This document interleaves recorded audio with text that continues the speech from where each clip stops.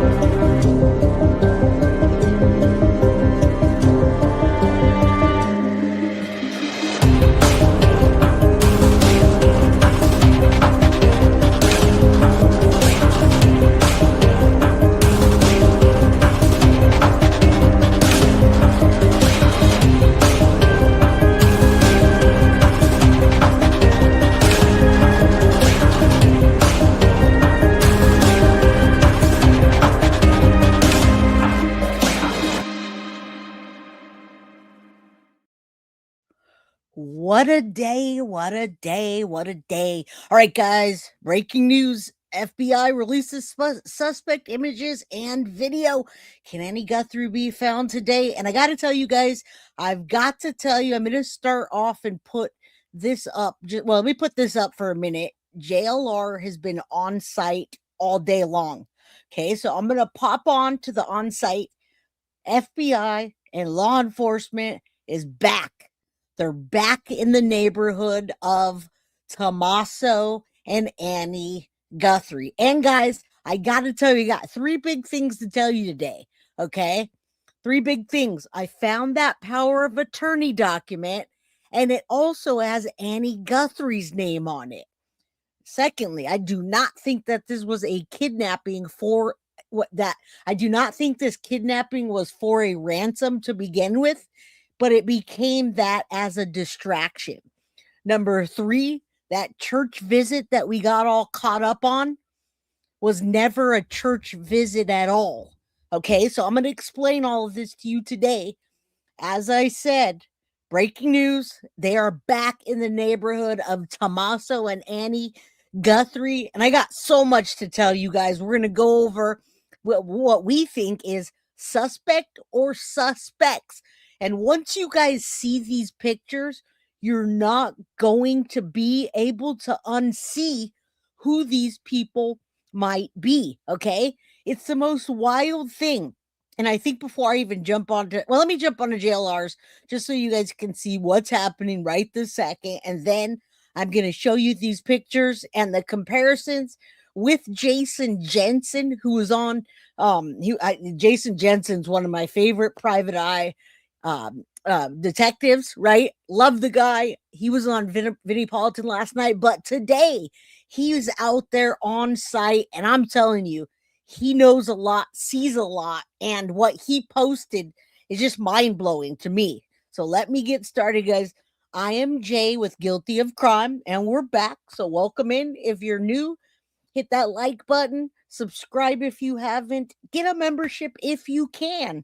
All right, there's another picture there, and we've got those are all the images, the breaking news, the clear face, the video, the stills. We got everything today. And not only do we have everything, but I've been following this case since it started, guys, and I'm obsessed. When I'm obsessed with something, it's not good for my family, but it's good for y'all, because I've been knee deep in this, and I got to tell you what I've found. Whoa, who's the person who had mind blowing? Okay, so let's get into this. Let me show you who's the person. I have mind blowing information. Jason Jensen is gonna blow your mind with a picture, but let me show you what they're doing right now. JLR has not only been on the site all day waiting for something to happen, but we have too. We've all been there with them. I have 6 mods, including my mom. Everybody's been watching this and sending me information today. So let's tune in real quick. How's it going? This is not what I'm bringing you. If I ask you a question, I've been asking some of the neighbors. They've been talking. Now listen, they're back in the neighborhood of Annie Guthrie, okay? Got you. They've been walking around talking to neighbors all day, asking if they have information, if they can go in their backyards, if they can see their cameras. This is not a coincidence that they're back at Annie Guthrie and Tommaso's house. And by the way, guys, rumor has it that they just moved in and they bought that house right before the beginning or the end, at the end of last year. I don't even think they've made one house payment on it yet. And then they got caught with their pants down with that power of attorney. If you guys tell me now that you don't think they're involved, then I don't even know what to say. Let's listen to JLR for a minute, but this is not my content today. I appreciate that we can hop back and forth. And if you want to do that, you can, but I got a lot to tell you guys. And I got the proof. Gotcha. All right. JLR has been out there all day. For days, as a matter of fact. I don't like how it jumps around like that. Come on. All I just want to do is hit play. Come on, JLR. Why is it doing that? They're asking the public's help back in the Guthrie, Annie, and Tommaso neighborhood, okay? When I say that these are just a few FBI agents here door to door, I can see down the street a number of cars here in this Tucson neighborhood, and they have continued to canvass this neighborhood. It appears they will continue to canvass this neighborhood, and that we have seen helicopters overhead, and we have seen them now in the backyard talking to residents, as well as what we just witnessed. There they were in the wash, just about a block from the Pima County. Robert Cavazza, let's go back to you.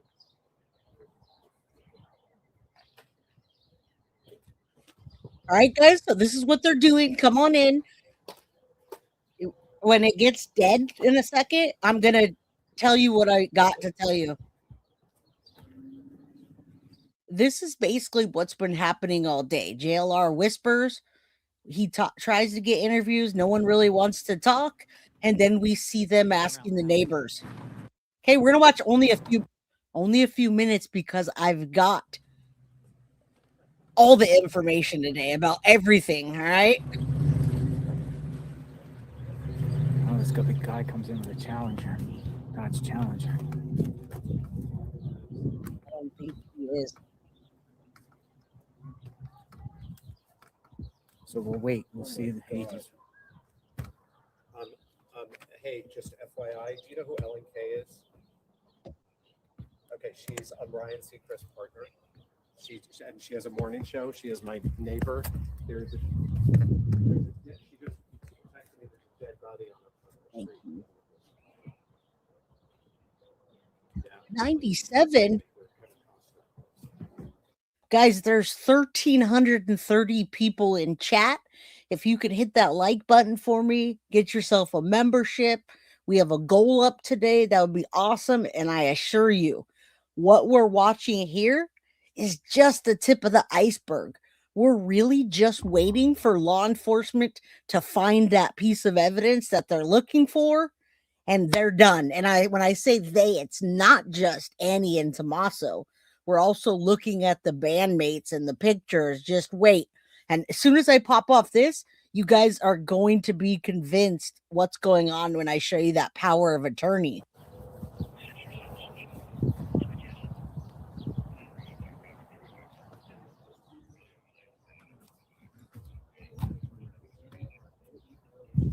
But it was in the house of the sister, the daughter, Annie. Yeah. That was a swap team. I know. I don't know where SWAT went. What are you asking? Where SWAT went? Well, they told me swap was over there, but I don't see it.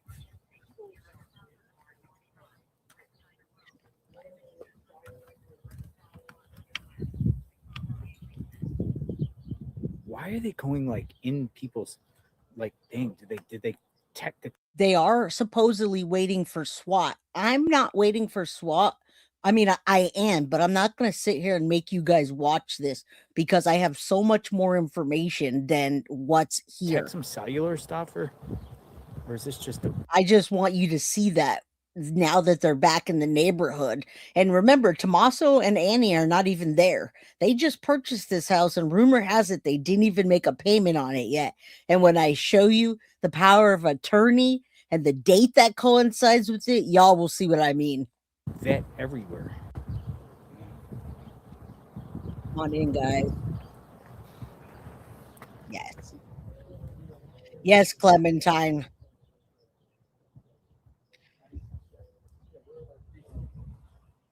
Here they come again.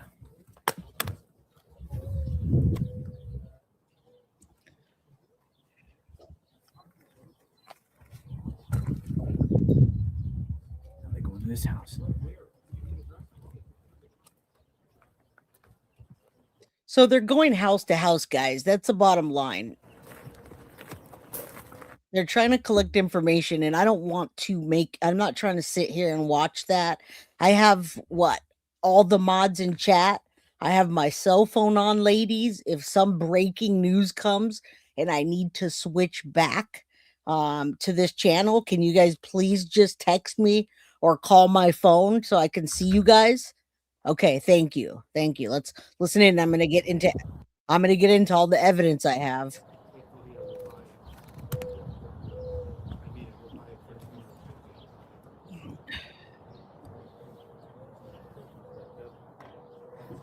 Door by door, folks.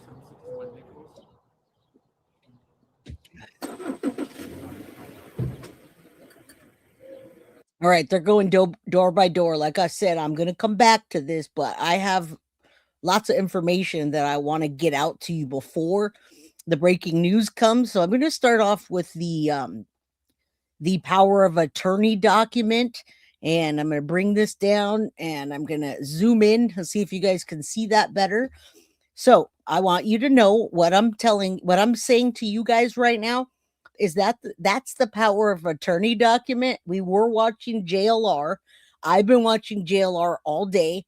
Neighbors don't even know Annie, Guthrie, and Tommaso because they've been there such a short time. Okay. So I'm going to show you this document. I'm going to read it to you and show you that there's a power of attorney, and it's Annie Guthrie. Not only is it Annie Guthrie, but it's her husband, Tommaso. Okay, so this document here, I wish I could zoom in more. Hold on. I don't know if I share it differently. Okay, I'll do it this way. That's fine.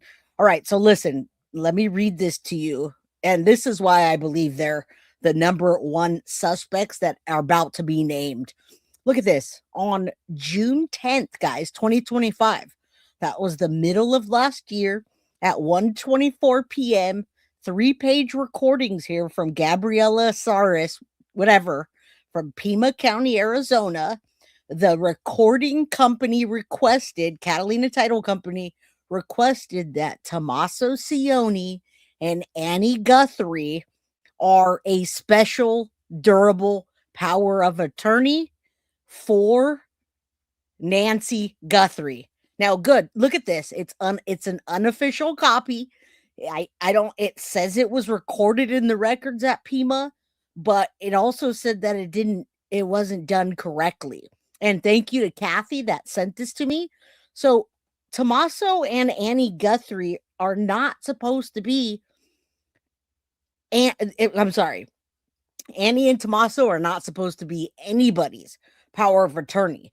But if you look at the dates here that they recorded this in June and then allegedly bought their house maybe in October, November, they haven't made a payment. Were they planning this to get their house and all their stuff? And when they pulled this off, they're planning to get the power of attorney so they can take her stuff and do whatever they want. Now, listen, it says that Tommaso Cioni, the undersigned principal, hereby makes, constitutes, and appoints Ann Pierce Guthrie, my true lawful agent, with all the power and authority. Oh, he even did it wrong. Power and authority to act in my name. It was supposed to be backwards. That's what I was telling you. He did the power of attorney backwards. They're supposed to be the power of attorney. Why was it even filed that way? Tommaso Cioni, the undersigned principal, makes and constitutes, he appoints Ann Guthrie, the agent. This might not be the document Kathy, if you have any other pages, but this is the power of attorney document I got with the special power of attorney. But it says that Thomas Sione is making Annie his agent with all the power and authority to act and name place for his use. But when I can't find the station it came from, but when I read it, it was supposed to be the other way around. So that's why I said kidnapping hoax, or is it for the inheritance? Because they signed this, so something happens to Annie now, or something happens to Tommaso, Annie gets it. But it was supposed to be if something happens to Annie, Tommaso gets it, and Annie is supposed to get money from the inheritance. Okay, so they did it backwards, and they didn't do it correctly. And I wanted to show you that first. And then secondly, let me show you this because I want you to realize it's two different people. There was a lot of things wrong with that. All right, so I'm going to go over that a little bit more and see if Kathy, you're here. If you have the other pages for it, thank you. That'll be awesome. But I did see that I saw that, and I was talking to you about yesterday, and I said, I gotta show them this power of attorney that they didn't do right and what they're doing. All right. So thank you for Miss Corin Cole.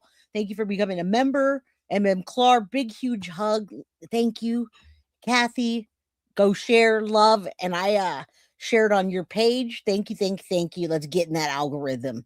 All right. So listen, Eileen just subscribed from Houston. Come on in, get your popcorn, get your blanket, because we're going to be here for a while. Okay. There's 3,415 people in chat. If you could hit that like button. Okay. Why do I ask if Annie can be found today? Well, let me go I'll go back on there because they've been looking for her all day long. Who else has been watching JLR? Anybody? They've literally been going in the neighbors' backyards asking if they can walk through the back and check. They looked and I found out why they went into the manhole as well. That manhole that they did, they actually weren't looking for her body at all. Okay. They were actually looking to see if somebody flushed gloves down the toilet or evidence, because the way that septic tank works with the well, sorry, not the manhole, the well, it only works in a way that when you flush stuff, it goes down in there. So they said, rumor has it, they weren't even looking for the mom. They were looking for for evidence. Now, let's get to the video, okay? But I do have other things to show you because it's so hard to contain myself right now.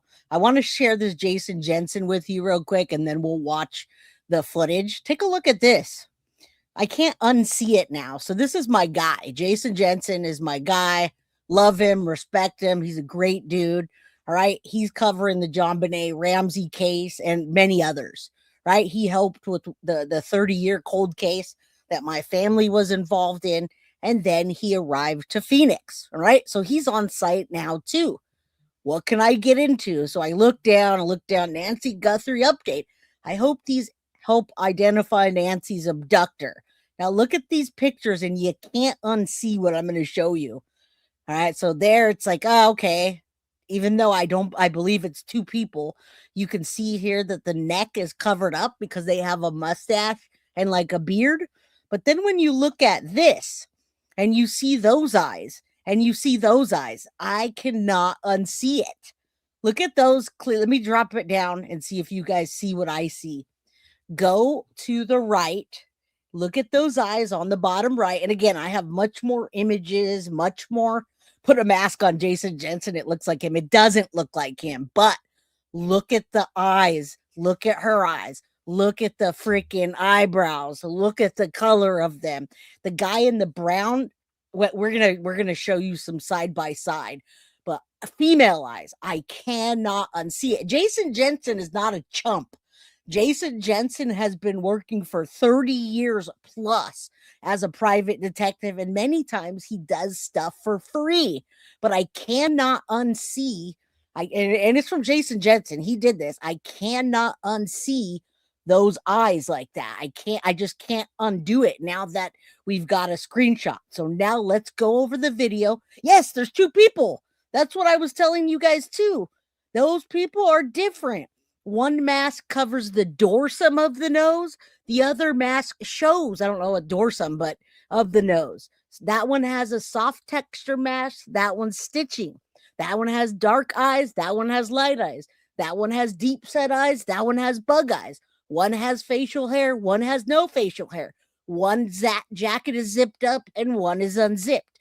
There are two people here. All right, now let me do this though, because I promised to get to the video, because I'm really excited. I still have pictures of the band to show you, band members that were with Tommaso that I believe have something to do with it as well. Oh, what else? I had another document for you guys too. Yes, the document that I got that I was very excited about. Was it the article? Let me play the video, and then I want you guys to see the video, and then I'll get to that. I just have so much that I want to show you before I have to go back to JLR. And I will have to go back to JLR because he is on the scene, and when the SWAT team gets there, we might get some action. All right, let's look at the breaking news and the videos. Following breaking news out of Tucson, Arizona, the FBI just releasing both a series of photos along with a video of what they are calling a potential subject in the Nancy Guthrie case. Not suspect, subject. Let's get right out to senior national correspondent Brian Enton, who is in the Tucson area for us, joins us live on the phone. Brian, this seems to be a really big deal here. Yeah, I mean, this is massive. This is the biggest development that we have had since this case broke open, now that we have these photos. And I mean, they're terrifying, Nicole. When they said they were going to release a surveillance photo, I was thinking maybe something from a Now, I'm glad you said that, person that I don't know who Zolta is, because look at this as well. Once I show you this, you can't unsee it. I'm going to remove this just for a second so I can actually show you this, because you let the cat out of the bag already. Where did it go? Hold on. I'm sorry. Let me get back to this. Once I show you this, guys, you can't unsee the damn thing. So ex-Texas girls got this posted. Let's talk about the bandmate, Dominic Aaron Lee Evans, the longtime friend and former bandmate of Tommaso Cioni, Annie Guthrie's husband, Nancy, right? Nancy Guthrie's son-in-law. Dominique is the Tucson musician and founding drummer of the indie post-punk band that they formed back in 2007 with Tommaso on the bass, Walter on the guitar. The band was active for years, and sources say Dominic and Tommaso remain good friends to this day. Public records in Pima County show Dominic has a criminal history, including cases, arrests for felony burglary and robbery, embezzlement, and DUI. Now, with the new Nest doorbell photos showing a masked intruder who many say bears a striking resemblance to Dominique, eyes, eyebrows, goatee, and his close friendship with son-in-law and giving potential access and knowledge of the home. Now, remember, not only that, the kidnapper or kidnappers texted Tommaso and Annie about the Bitcoin. They're running out of patience. Okay. Is this just a coincidence, or can this be a connection? What do you guys think? All right. So just take a look at this for a minute. You guys take a look at it. I'm going to go back so you can see the video, and then we'll continue to go. I've been dying all day to find out what happened and to bring this to you. Another thing, guys. Another thing. I don't know how anybody doesn't see that there's a second person, and I wonder if that's why FBI is calling them a subject, because this is not the same person, guys. There's two separate people. Look at the height. And I got the stats earlier. They took stats, and it was like one person would be 5'10", 180 pounds. The other would look at the stature and how this person walks. And then we're going to go back to the door, what we are playing right now, that doorbell footage that was released. All right. So let's get back to that. I've presented you everything for now, and let's get to the breaking news. Gas station or something like that. I had no idea that they were going to be able to get the photos and video off of the Ring camera, the Nest camera, I'm sorry, which apparently through back end ways, Kash Patel tweeted out that they were able to work with Nest and recover these photos. You see that the guy is totally covered from head to toe. He's in a mask. He's got gloves on. Clearly, it seems like this was a professional who knew exactly what they were doing. You can see what appears to be a gun and a concealed holster near the waist. And just now, Savannah Guthrie has posted on Instagram these photos.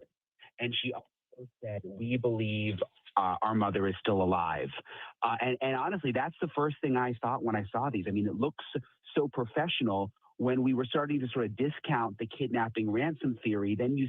But guys, FBI and intelligence teams are saying that these are no real kidnappers. They don't think that this had anything to do with a ransom initially at all. Everybody's saying that. See these photos, and it seems to almost back that up now that this may have been a very sophisticated professional kidnapping, Nicole. Brian, what was the latest that you saw at the house? What was going on out there? So it's been quiet at the house, but what's interesting is in these photos, and there's also video that has now been released, you see the suspect, and I think I think we can confidently say suspect now. I mean, why else would this guy show up to Nancy's house looking like this? This guy or guys. And thank you, Foxy, for the Guilty of Crime membership. Kathy, I got the link. I'll read that after. It doesn't have all the pages. And I also just dropped a link for our friend DJ allegedly in true crime. All right. All right, let's keep going. I don't think Nancy's alive anymore. Armed with a gun. But you see him pick up some like brush, like some flowers, some like pull off part of a bush right there. And it's so interesting because when we went up to the door and saw the blood, we also saw that that little the little piece of the bush that he had picked off. And I don't know what he was using that for, if he was trying to use it to cover the camera or use it to pull off the cameras. I think he was using it to cover the camera. And guys, make sure your gifted memberships are on. If anyone wants to match me, I just gifted 5 Guilty of Crime memberships to get to our goal. Let's go. All right, let's try to blame Tommaso some more. No problem, Chris. Let's try for you not to get timed out today, huh?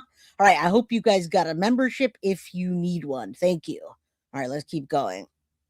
I don't think he'd be concerned about thumbprints because he's got his glove on. But that little piece of like weeds and brush that he picked up was actually still on the ground. I remember seeing it when we went up to the door and got video of the blood. Oh, that is really interesting.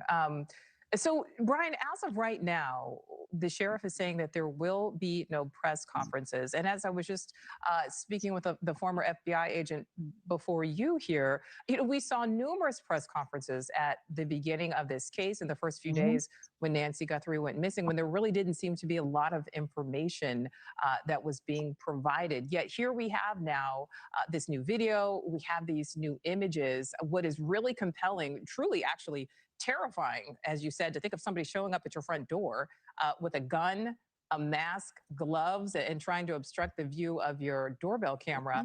Do we know if that will change when it comes to a press conference? Is there any inkling that we will get some update from law enforcement today? Yeah, I would imagine there would have to be at some point. The fact that they just put these photos out without any real explanation or press conference did kind of surprise me because we don't really know the full context behind them or why they decided to put. And that's why we're waiting on it right now while we're showing you this, because we don't have any context to any of it. We're literally watching JLR and whatever else channel we can get our hands on to find out what the hell is going on. And all we can do is speculate when we see law enforcement, and we hear the SWAT team is on their way back once again to Annie and Tommaso's house. All right. They're not even there, but they're looking. All right. Let's keep going. There's a lot today, guys. Them out right now. At the same time, they do sort of speak for themselves. I mean, this again, what I first thought when we got the source saying that there was going to be a surveillance photo coming out this afternoon, I assumed it was going to be something from the gas station, just something sort of generic. I had no idea that this is what they were going to release, because again, they told us that Nancy did not have a subscription for her Google cameras, and so there was no way to recover the video. So we just assumed that those cameras were not going to be helpful at all. But apparently there is a back end way that the FBI has. And I wonder how long the FBI knew about this, folks. How long did the FBI take to realize that they have it? Because I've been hearing them speculating for days about everything else. And I'm going to pull up this article after. This is the only other article that I've found, and thank you, Kathy, that talks about Tommaso Sione's power of attorney is now in focus amid Savannah Guthrie's mother, Nancy's kidnapping. Why would that be? Does anyone else think that there's any other suspects besides those two and maybe bandmates that's connected? In collaboration with Google, where somehow these images were saved, which is really incredible when you think about it. Thank you for watching. Subscribe below and I love how they just stop. He just cut it off. Nancy's Guthrie's disappearance may not even be tied to a ransom, guys. All right, I'm gonna put that on for a minute, and then we're gonna go back and check. I've been watching JLR all day, and it's just him following people around, waiting for news and whispering. So let's take a look. Let's talk about her Nancy Guthrie's disappearance. And there's like 20 other news sources and articles. Actually, you know what? I'm gonna get to the article right after this. After I show you that this may not be tied at all. So many experts are saying it was too much of an afterthought. You doubt that Nancy Guthrie's disappearance was actually a kidnapping. The fact that Savannah Guthrie has now put out this video that very clearly seems to indicate that there has not been proof of life, there has not been communication with the kidnappers, and now broadening it out to, we just want the public's help. Does that prove you right? Well, I think so. I mean, I wish I was wrong, because that would bring us some hope that Nancy's still alive. But first talking to the kidnappers and saying, we'll pay, and then 2 days later after the deadline, or right pretty close to the deadlines, appealing to the public and saying, hey, I need your help. This is our desperate hour. It is not compatible with working with the kidnappers to try to get a safe return and having paid a ransom. So those are just irreconcilable. You can't put those two together and say, wow, this is there's a strong possibility that this really is a legitimate ransom demand, and that they do. Nobody thinks it's a ransom demand. Not only that, Deborah McFadden, welcome to the crime crew, and thank you so much. I forgot, I also have the document that I was dying to share with you from Derek Colella, the man that was arrested in the kidnapped hoax, the hoax kidnapping. I think they're going to end up finding out that he had more to do with it. But in the documents of his arrest, counts 1 and 2 show that he is connected to Annie and Tommaso. Okay, remember, he was also a bandmate as well. Okay, so keep that in mind. In fact have a live person, Nancy, and they're holding her. So yes. Unfortunately, I think I am right. I don't want to be. Yeah, Tracy, there's so much of this case that is in a word bizarre, and there's a lot of other adjectives you can use. Over the weekend, I cannot tell you how many pet theories I had, and people asked me, could this have happened? Could that have happened? And every one of them, you kind of had to say, well, maybe, because we don't know. And we don't have any facts that sort of lead us in one direction, other than what Chris points out, that this doesn't seem like a ransom kidnapping, because typically the kidnappers want their money and they get in touch. Is there a theory of the case that this fact pattern really fits? Well, here's the thing I do want to say respectfully, Chris. To say that it's not a kidnapping is perhaps a little bit irresponsible. This ransom may not have been valid, which I have said all along may not be the case, because the FBI has never come out and absolutely said that this was a valid ransom. We were just working under the auspices that it might be. Now, she still may have been taken against her will. There's no question. Yeah, so listen to the wording, and that's the wording. That is the wording that FBI is doing purposely to us. All right, Derek Colella is one of the other bandmates, and he was also arrested for texting Annie and Tommaso, "Hey man, I need the Bitcoin." All right, there's activity in the account. All right, let's keep going. That's wow, there's activity. They're paying the ransom. I don't think she's alive anymore, but I'll keep up on that. So I think whether or not this ransom is valid versus whether or not this is a kidnapping, those are two different things. And I think we have to separate those, because that's how the case will ultimately be worked. In terms of a working theory, I mean, I think you don't have a choice but to go under the auspices that she was, quote, kidnapped or taken against her will, because as we know now, an 84-year-old woman in her state really can't get far on her own. So there's no way that this could be anything other than her being taken against her will. Thank you for watching. Subscribe below and download our You gotta love how it just yells at you. Okay, let me show you real quick the Derek Colella thing, just so you guys can see a picture of him. He was the one that was here. Let me do this. Let me remove this. I'll put that back up. You can see that there was no blood there, and now there is. So that means they had to have brought her back through the front door. Look at the kidnapper or whoever that is. Look at the suspect or suspects, and then look at the blood. There was no blood there. There was no blood on the porch prior to him being there, which means he probably took her out, or they took her out through the front door. Now, who's the bandmate? The bandmate's the one that got arrested, Derek Colella. Derek, and ladies, let me know if there's anything going on. I don't think anything's going on yet on JLR, but if something's big, let me know. Okay, disturbing. Okay, here it is. Let's hopefully they put a picture of him. Yep, they do. Okay, let's go to this, because I think people miss this quite a bit, guys. I think a lot of people miss this whole section. All right, so let's move this down and let me show you what I got. All right. This is the guy that was charged with this guy. He's a bandmate. He's an ex-bandmate or a bandmate that was arrested for texting Annie and Tommaso about the Bitcoin. Okay, so let's look at this article together real quick. All right. Disturbing past. LA man charged with texting Savannah Guthrie's family Bitcoin demands after kidnap of mom Nancy. Okay, this guy is tied to Annie and Tommaso. The man was arrested for sending fake ransom notes to Nancy Guthrie's daughter, Annie. He has a rap sheet for financial crimes, including theft and embezzlement, which was revealed.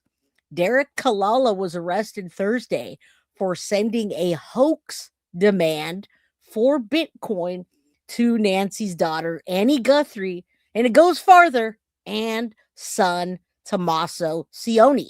Now, officials confirmed that Colella had also been charged in 2023 with an embezzlement scheme in which 13 Los Angeles County employees allegedly stole over $430,000 in unemployment benefits from the county. Okay, so let's continue real quick so you guys can see what the hell. So we got that. The spokesperson for the county district confirmed the text messages, the Daily Mail, that this is the same man arrested over the fraudulent, allegedly, text messages. Colella texted Annie and Cioni on February 4th, "Did you get the Bitcoin? We're sick of waiting on our end for the transaction." 3 minutes later, he phoned one of Nancy's family members.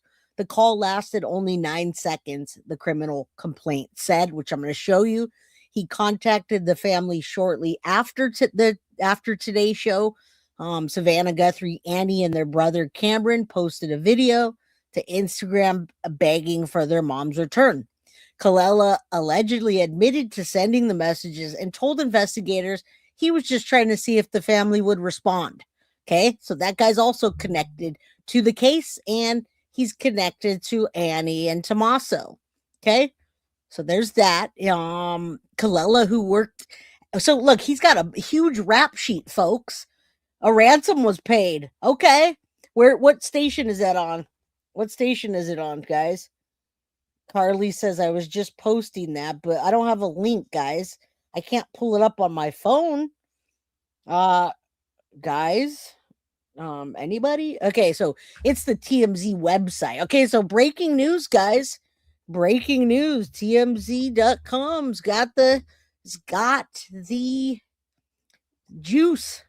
Halftime flirting. You guys, can you email me a link? Cause okay, hold on. Nancy Guthrie. I can't play it on my phone, goofballs. If somebody can email me the link, that'd be okay. Here it is. Never mind. I got it. Okay, look, Nancy Guthrie. Hold on. I got it now. Let me pull this thing down. Pull this back. Okay, so we really do got breaking news. And again, I asked you the question, will Nancy Guthrie be found today? Okay? There's a reason why I'm asking this. There's a reason why I said that in the first place. Now, I know I typed it wrong. I put Annie instead of Nancy, but it's corrected now, okay? All right, so I got it. Girls, you say, look up 1 second. I got it now. I got it. All right, breaking news, guys. Breaking news. Are you guys with me? There has been a ransom note paid. This is the first activity in the Bitcoin account. The kidnapper is from Tucson, law enforcement believes.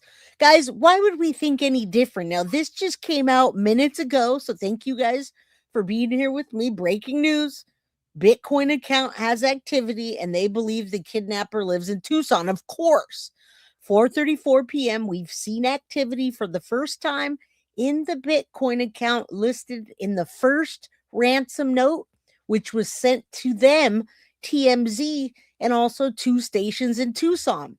Now, for various reasons, we're not going to reveal the amount, but the activity happened in the last 25 minutes, guys. They're not saying how much was paid. Now, potentially big development in the Nancy Guthrie abduction.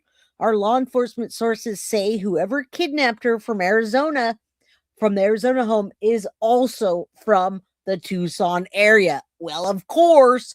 Now, multiple sources involved in the investigation tell TMZ the operating theory is that the ransom notes were written by the kidnapper, and those notes provide clues on where the abductor lives. Okay, we saw the security footage. Now, TMZ's focused for several days on the alleged kidnapper's choice of media outlets to receive the letters. The first letter was sent to 2 Tucson TV stations and TMZ. The second letter was sent only to Tucson stations. Okay, there's the guy trying to brush the camera out and not get his face seen. Now, our law enforcement sources believe the police who wrote the ransom note was very familiar with the local stations, so much that it leads them to believe the Tucson area is the abductor's home. Okay, so we got this narrowing it down. As reported, the kidnappers promising to return Nancy within 12 hours of receiving the $6 million ransom, which means, and I pose the question, will they find Nancy Guthrie today?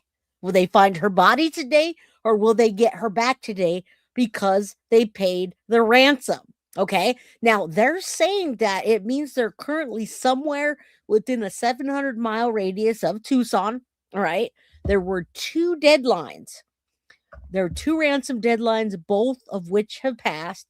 And even though today the host, Savannah Guthrie, tried reaching out to the kidnapper and offered to pay up, sources say the images FBI released Tuesday of the apparent kidnapper were just obtained by authorities. FBI says they weren't holding on to the images before releasing them. They say the feds got them and immediately blasted them out to the public, which we're so grateful for. We now know Nancy was taken on February 1st. We already know that. She has a pacemaker and needs daily assistance. If anybody has information, guys, call 1-800-CALL-TBI or go to tips.tbi.gov. They say, please don't call 911 unless it's an emergency. All right, let's take a look at this. I hate that they do that. I'm sorry, you guys. Come on in. If you're here, hit that like button. If you haven't subscribed, please subscribe and share with your community. Thank you. I appreciate you. I hope you get a membership. All right, let's see. Ransom note 20 times last night, and there is something that piqued my interest from the beginning. Yes. And I believe now that there is a way of connecting the dots, and that law enforcement has an area that they are most interested in terms of where Nancy might be, if this letter is legit. And I'm telling you, will Nancy Guthrie be found today? All right. The amount is $6 million. They're just not telling us if $6 million was paid. But that POA is evidence. And when we're done with this, I'm going to go back to the POA and read you it. And I'm also going to read the charging document for Derek Kallela. That's maybe why SWAT's on the way. That's what I'm telling you guys. I'm telling you, everyone says a scammer taking advantage. Everyone did say that it might be a scammer taking advantage, but what I'm saying is I don't think it was supposed to be a kidnapping. I don't think it was supposed to be like this elaborate kidnapping. It was an afterthought. So we'll see. We still don't know yet. We're all just speculating here, right? All right, let's continue. Legit. And I say it for this reason, that obviously the person who took Nancy, if this is the person who wrote this ransom letter, they're demanding money. And if they get the money, they're saying they will return her. That's obvious, right? Well, in the letter, it says they would return her back to Tucson. So they also give a time frame of how long it would take after they receive. So now that's what we're waiting for. SWAT team is coming out there. The SWAT team has been at Annie and Tomaso's house and neighborhood all day long. All right. What's a POA? A POA is a power of attorney. I'm going to get into that right after this. I'm getting back into that right after this. Receive the money to return her to Tucson. So there's a time frame. Now, if you look at the time frame, then you say, well, you can draw a circle around Tucson to see how long maximum it would take to get her back there. And yeah, they're not going to fly her back, because the last thing they're going to do is go to an airport where Nancy Guthrie shows ID. That's not going to happen. Nope. So clearly it would be driving. And they're not going to drive at 100 miles an hour because if they get stopped for speeding, it's over. Who thinks that we're going to get her back today? Who thinks that we're going to either get a proof of life or they're going to send a note to where her body is? If you think she's going to be brought home today because they paid, put a 1 in chat. If you think they're not going to do anything, they're just going to take the money and try to run, put 2 in chat. 1 if you think we're going to get her back today, and 2 if not. And please say a prayer. Guys, say a prayer that Nancy gets brought home to her family and peacefully. All right, moment of silence. Let's continue. I've got so much to share with you. So they're going to go at around the speed limit. So let's say that if this letter is legit, they would travel at about 60 miles an hour. So based on this time frame in the letter and the fact that she would be returned back to Tucson, here's the way it looks. If you look, this is Tucson right here. If you look at this red circle, that is the radius of the maximum amount of time it would take to get her back to Tucson, all around this circle. It incorporates California, Nevada, Utah, Idaho, It incorporates Colorado, Wyoming, even Mexico, Texas, a slice of Kansas, and a slice of Oklahoma. So they've been doing their work. Canine Capone, what's up? I love the name and thank you. You're new here. You're very welcome here. Appreciate your broadcast. Thank you for the super chat. I agree. Without our medication, the chances aren't good. But if it's an inside job and they did it properly, then they would have taken the medication because they would know they brought it with them. Indy Isham, big hug to you. Much love. Jay, there's a blood spray and one spot on the porch.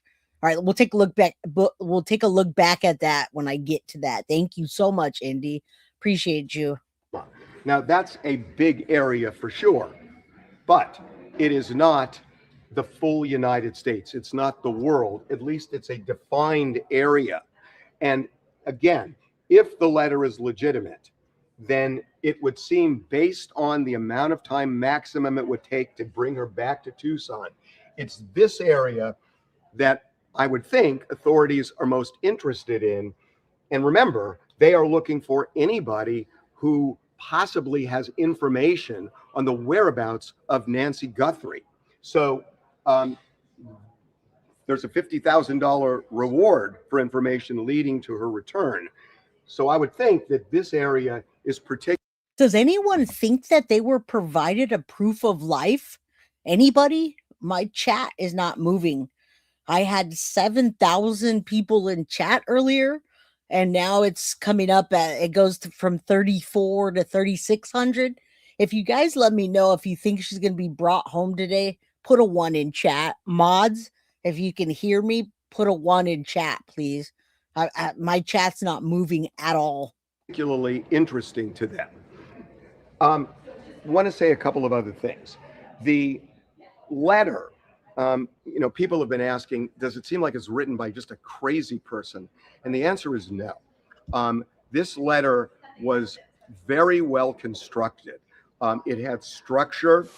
How does he have access? We haven't seen the letters, but this guy, I think he's one of the co-founders of TMZ, and he looks awfully tired lately, like he's just been up doing his work. It had a beginning, middle, and end.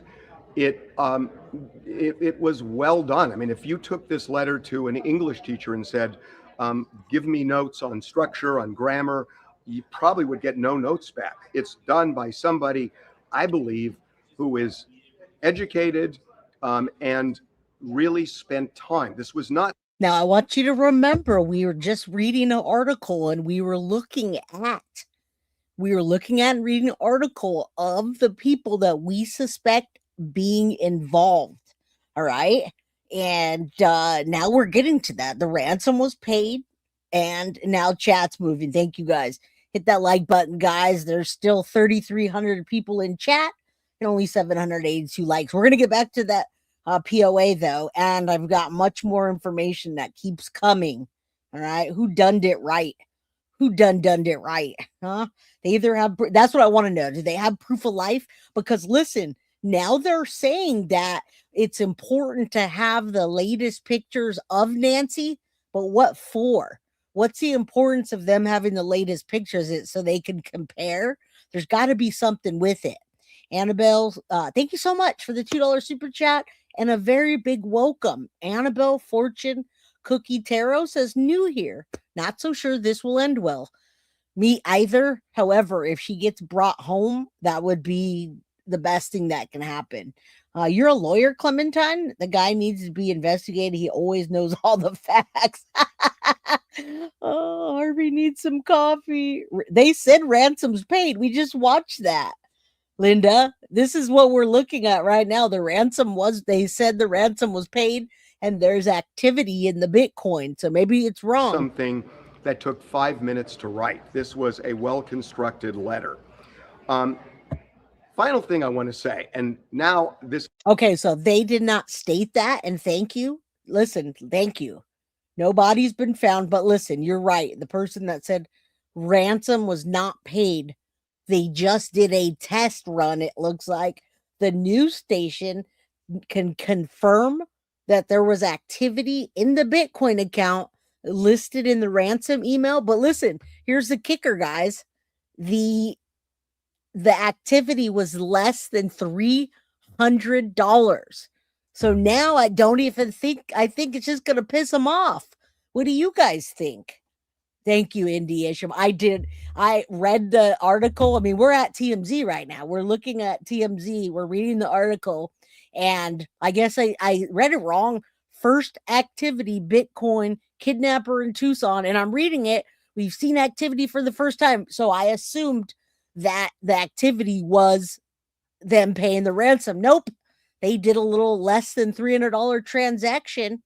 And now that might just piss off the kidnappers. His opinion, that it is interesting to me that we got this ransom letter, but also the other two media outlets that got the ransom letters were both located in Tucson. They were television stations in Tucson. So why would somebody who wrote a letter like this know about the local stations and send to the local stations if they have no connection to Tucson? It feels like there was a connection to Tucson with the person who wrote this letter. And, you know, a lot of people are saying, well, it happened because Savannah Guthrie is rich and famous, which she is. But he's about to say nobody sent the ransom letter to her. They did the opposite of what any other kidnappers would do, and they brought media attention and a ton of ruckus into the case for what? Now I think somebody's going to be pissed off getting less than $300 when you're asking for $6 million. And I know why they did that. Is it that somebody looked at Savannah Guthrie and said, let's find a relative? Nope. Or is it somebody who lives in the Tucson area and either knows Nancy Guthrie or knows of her and knows her famous daughter is Savannah Guthrie, and it hatches from that? It seems to me, just based on where the letter went, that it's the latter. So the bottom line here, I know that the law enforcement. Bottom line here, buddy, you know it's somebody in the family or close to the family. It's somebody that knows how to get in the house. It's somebody that knows her routine. And it's probably somebody that was last seen with her. Because, guys, that whole church incident didn't happen at all. You know why it was confusing? Does anyone want to know why it was confusing? Because I believe Annie keeps changing her story. So she gave the story that, oh, we wanted to check on mom because she didn't show up to church, but we never got anything else. Well, in fact, she wasn't going to be streaming on church like she normally does. She was supposed to go to her friend's house and they were going to watch the stream all together. But they didn't do that because obviously at 2 a.m. or sometime thereafter, she was taken hostage or kidnapped or killed, possibly, I hate to say. But she was never supposed to go into church. So that story, I've heard it 3 different times, and now I'm telling you the real deal. All right? Has been saying they are desperate for clues, and they clearly are. But just in terms of the people who might help, I think. Okay, hold on. Okay, we're done. I've been playing this play for probably about 5. Nope, we're not doing that. I am going back for you guys to. I'm going back to this Tommaso power of attorney thing that I told you earlier about. Okay, so this power of attorney, Tommaso Sione's, you guys keep asking what a POA is. It's a power of attorney document. It focuses in, we're focusing in now on Savannah Guthrie's mother, Nancy's kidnapping, and how this could go hand in hand.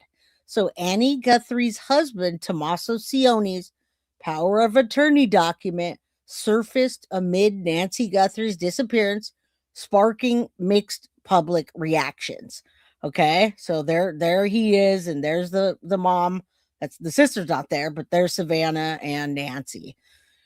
American broadcast journalist and Today show Savannah Guthrie's mother, Nancy, has been missing from Tucson since February 1st.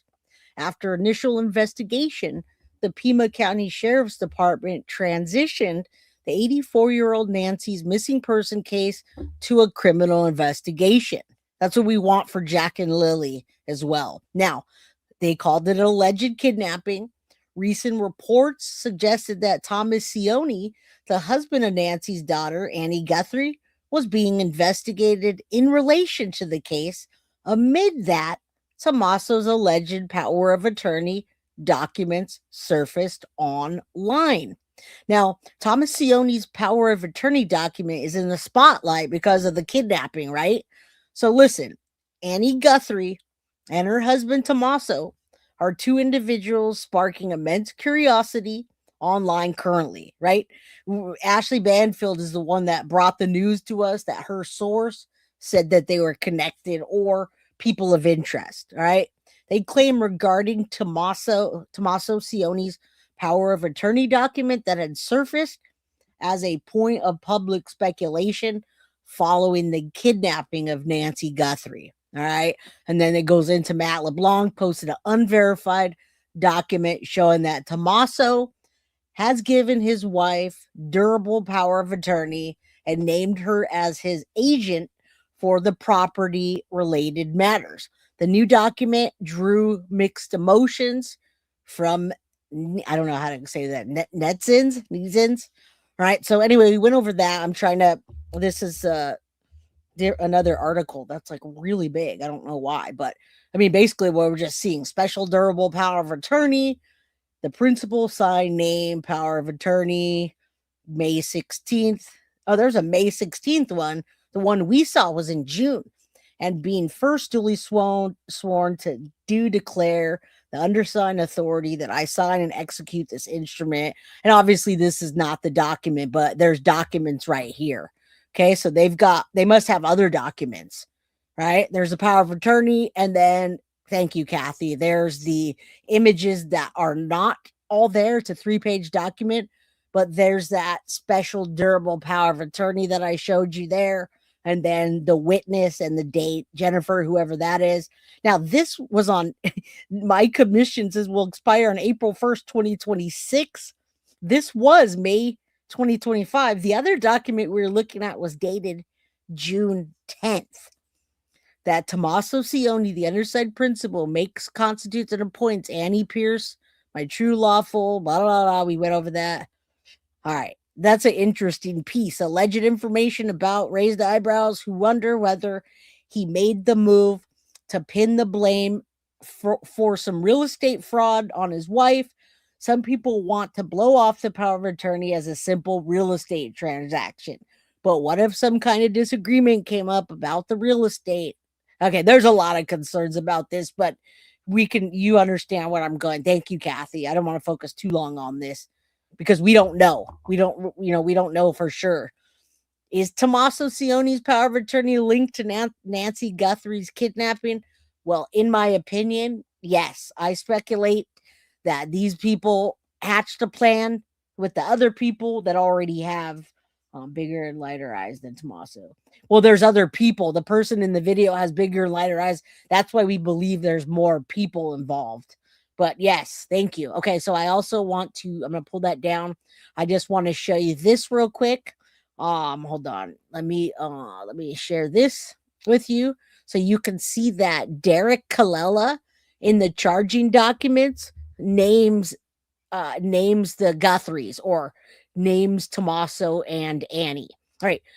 Clark says, Jay, can you please give 3 memberships for me today? Thanks. I love you, my friend, my beautiful friend. You got it, girl. Let me read this and then I'll gift some memberships for you. Thank you so much, love. I appreciate you. I heard Tommaso got fired. I didn't know how it's true. Maybe. Tommaso's straight up creepy. I agree. And it's even more creepy when you look back at the people that he's involved with. Most logical and analytical mind making a case. Band members. Shady, right? Woo. All right, let me finish reading this and I'll gift memberships because I can't do it at the same time. All right. So this is the guy, Derek Colella, guys. This is the guy that I showed you earlier as a band member of Tommaso Sione's band from years and years ago. And the disappearance of Nancy Guthrie. This is the hoaxer guy, allegedly. All right. So Nancy Guthrie was last seen in her residence in Catalina Foothills.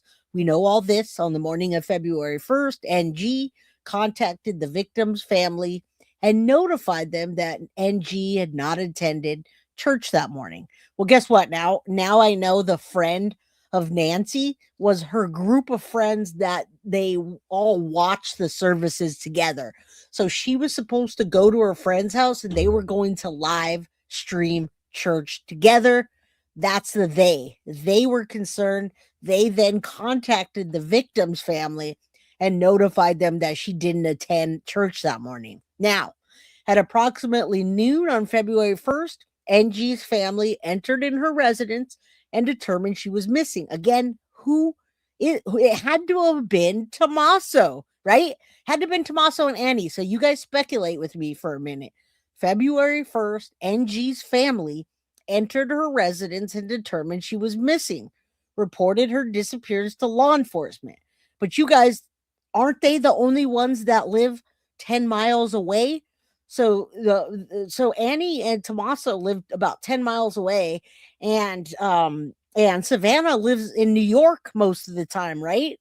Okay, law enforcement arrived shortly after and determined NG had left basic essentials, including her wallet, cell phone, hearing aid, medication, and NG's blood was found on the outside the porch. Now, February 2nd, KOLD, a CBS affiliate in Tucson, received a ransom demand via their online tip portal. The demand listed a Bitcoin wallet address to receive ransom payments. On February 4th, it was published and the kidnappers were contacted. And who are they contacted by and who contacted them? Well, Derek Colella. All right. And at first, I didn't know they were connected at all. I had no idea that they were connected at all. I thought it was just some random hoaxer. No, in fact, it's not a random hoaxer at all. Thank you so much, Midnight Lace. Huge hug to you. Kathy for gifted 2 more memberships. And Claudia says, Annie gives me Jen Soda vibes. We talked about Annie yesterday, too. She wants to be goth. We hear she's into a little bit of DRUG. Maybe does some really nasty, witchy stuff. And, well, we think she's married to a scammer. Psychic Amelia. All right, let me finish this because I want to show you how it's connected. All right, so this is connected. Now we have a kidnapper that's fake, allegedly, connected to Annie and Tommaso. So February 4th, after the video was published, AC and TC, that's Annie and Tommaso, the daughter and son-in-law, both separately received the text message from the following number. All right. Did you get the Bitcoin? We're sick of waiting on our end for the transaction. AC and TC received these texts while in Arizona.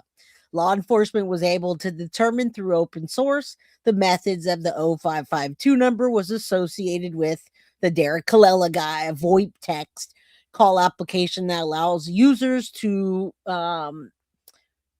whatever another phone number so you can't see it, or you can use any number. It's a mobile device separate from the number assigned, like a Google number. Law enforcement submitted an emergency for that number based on the records and registered followed to the Derek Colella's address. And at 6:02 p.m. on February 4th, law enforcement submitted emergency disclosure and got the IP address with Colella's residence in California. All right. So that's where we are. And we're going to take a look. We're going to pop in on JLR, and then I'm going to gift some memberships. Well, is anything happening with JLR, guys? Let me do this, because I before we do that, I have a lot of my own content today that I put together to tell you about what happened today. So let me do this. Let me remove this and put this up. So before we jump on a JLR, I don't want you guys to be confused. So this is what's been happening all day. FBI, SWAT teams swarm brush around Annie Guthrie's home. Again, that's what, their third, fourth time they've been back there? All right, listen up. I want you to look closely here. Oh, wait up. I'm also going to gift memberships. So let's go. Make sure your membership gifting is on so you can receive them. I'm gonna go ahead and give 5 for you. I'm gonna give 5 of them for you, Clark. All right. So thank you. I've been popping on jail. Yeah, I've been doing that too. I've been watching him all day, and he has been busting his ass out there. And I hope he's making money. I'm sure he is. Right? They had to. That's what I'm saying, William. That's what I'm saying. Yeah. Okay. So let's listen up, and I'll give 5 memberships right now. Okay. This just came out minutes ago. This is what's been happening all day. At these pictures and the videos that we are going to show you. A masked, armed person seen approaching Nancy Guthrie's home, covering up her doorbell camera. The person started putting their hand, which was covered by a glove, you can see it here, right over the camera, right? Then seconds later, they are seen taking a nearby shrub and using that, this is the shrub here, to further conceal their identity and to cover that camera. That person also holding what appears to be a flashlight in their mouth. Savannah Guthrie reacting with a simple message about her mother. We believe she is alive. Bring her home. The eerie pictures and videos are the first substantial piece of public evidence in this case. And throughout the afternoon, our Brian Enton seeing search and rescue crews going door to door in Tucson, Arizona. That's where we begin tonight with our team coverage. Retired FBI agents Tracy Walder and Greg McCrary on what the feds are likely doing now.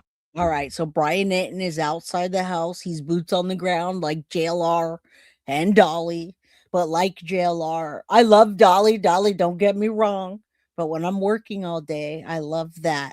JLR talks calm. He's quiet. He's chill. So then I can work. With Dolly, he's like me. He's like blah, blah, blah, blah, blah in your face. And I can't work like that. So Minx the cutie, much love to you. Welcome to the crime crew. That's actually a beautiful picture. Is that you? And I just gifted 10 memberships, so I hope you guys like that. You thought it was a female going by the eyes, but then saw the mustache. But listen, Whimsical, I believe there's 2 people, 2 different people. I want to gift you memberships. I do. I want to gift all of you guys memberships. All right, let's keep going. Kelly Meyer over at the White House with how they reacted to all this today. But we begin once again with our Brian Enton live in Tucson. And Brian, so many new questions tonight with the revelation of this video and these pictures. And you're reporting that you were seeing law enforcement there sort of going door to door in the area. Yeah, a couple of big things happening right now. Blake, I'll get to what's happening at Annie's in a second. But first of all, the new photos. We didn't see this coming because we... Hold on. I'm moving that out of the way. We were told, remember, the sheriff said that they were not able to access the video from the Google Nest cameras because there was no subscription. And then the FBI gets involved, and through back-end channels, they are able to obtain the video and the pictures, which are just terrifying. Remember when we got the blood video up near the door, Blake? I noticed that there was a pile of like shrubs right there, like weeds that had. And now we know what the pile of shrubs is. They use that to try. I mean, I'll go back to that picture, Shorty Pie, for everybody. Annie, a mustache? Nah, I'm going to go back to it, Shorty Pie, as soon as this is done. Because I know that we've been on here for an hour and 12 minutes. And I'm sure some of you guys missed my very first initial presentation. I was coming hard. I was like, I need to tell you guys everything I have to say before breaking news comes, and then I can't. All right. Thank you. I appreciate all the new people here that are just chilling out. All right. Yes, poor Nancy, hang in there. Thank you. I appreciate I appreciate all of you. Thank you. Much love to all of you. All right, I'll go back to it as soon as we finish this. I'll show you what I'm referring to. And you can't unsee it either. Well, it makes sense. That is what this person was trying to use to first try to cover the camera before ultimately what we believe when he ripped the camera off.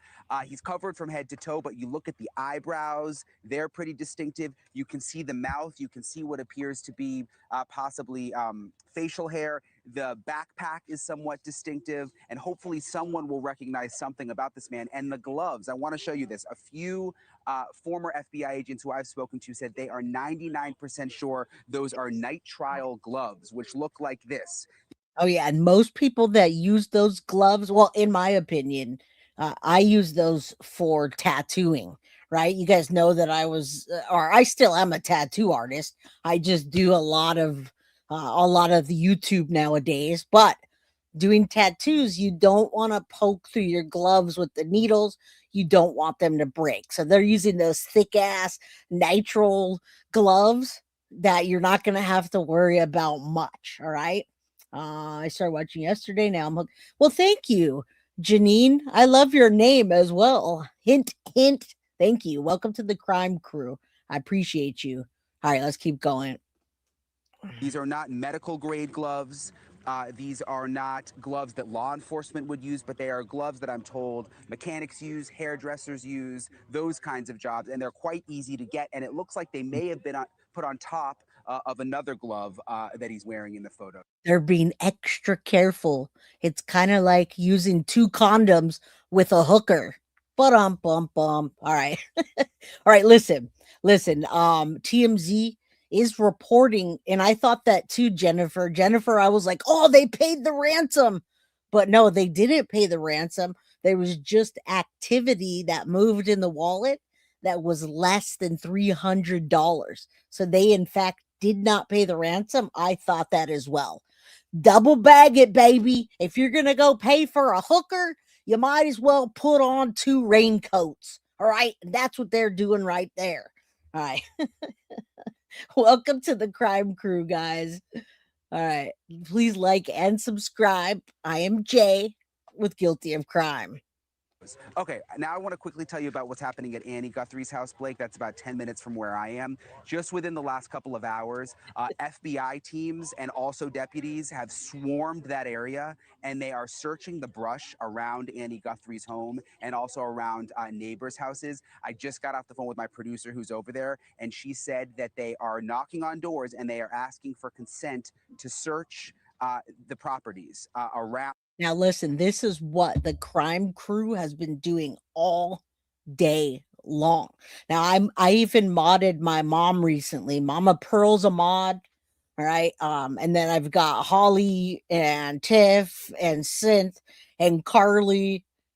And we're just all on this today, watching every second of everything, sharing information. So I think we really got some good information today. Thank you, ladies. Thank you, Mom. My mom was even sending me stuff. And these, again, are properties all around Annie Guthrie's house. Annie Guthrie, of course, is Savannah's sister, Nancy's other daughter. Blake? Brian Enton live for us there in Tucson, Arizona. I want to get to Kelly Meyer in a second, but let's bring in Tracy Walder and Greg McCrary first. Both of them are retired FBI agents. Tracy and Greg, thank you. And Kelly, I'll get to you in a second. I want to start there, though. What does it suggest to you, Tracy, on Brian's reporting that they are now in that area and sort of going through the brush, Tracy? Well, thank you for having me, Blake. Obviously, it suggests to me that there is perhaps something of interest in the area. Now, that I don't think that that is from the videos that we have seen. I think it may be from witness interviews. It could maybe from digital evidence that is pointing them into that direction where they are searching that brush. I am starting to think now that perhaps this person didn't get very far, because if you think about it, you're— Now, guys, I'm not the only one speculating that it's a woman dressed up as one of the suspects. All right, we're gonna get back to that. Don't let me forget. All right, Mama Pearl is the chief gangster of the crime crew. That's right. Hey, Foxy, I need to speak to you about my daughter. Oh, okay. Yeah, email Foxy. A woman, you're right. I'm going back to it as soon as I get back after this. I'm a professional weed puller. Who's a professional weed puller? $300 was totally a test so they could track the wallet. That's what I said too. But I'm glad that we got it right, because I said breaking news. They paid the ransom, but it was tricky. You got to pay attention to the way everyone words things, right? That's for the door knocking in the area. They've been doing that all day. I know, all day long. I'm telling you. Yes, they believe it's a woman. I'm going to go back to that in just a second. Let's finish this because he's also boots on the ground right now. And I want to hear what Brian Enton has to say. So I need to shut my mouth and hit play real quick. You're leaving with a 150, 160 pound person who is relatively immobile. Where exactly are you going to go? And so I think, I don't necessarily think she's there in those bushes, but I do think that there could be some kind of evidence or tip there that they've been tipped off to. Greg, you were in the behavioral specialist unit over at the FBI. Given the video that you just saw and the way that person was moving and how they were reacting at the time, anything that you picked up on that you think the FBI picked up on this evening as well? Yes, I think there are a couple of issues that especially the public needs to be aware of and could be helpful with this.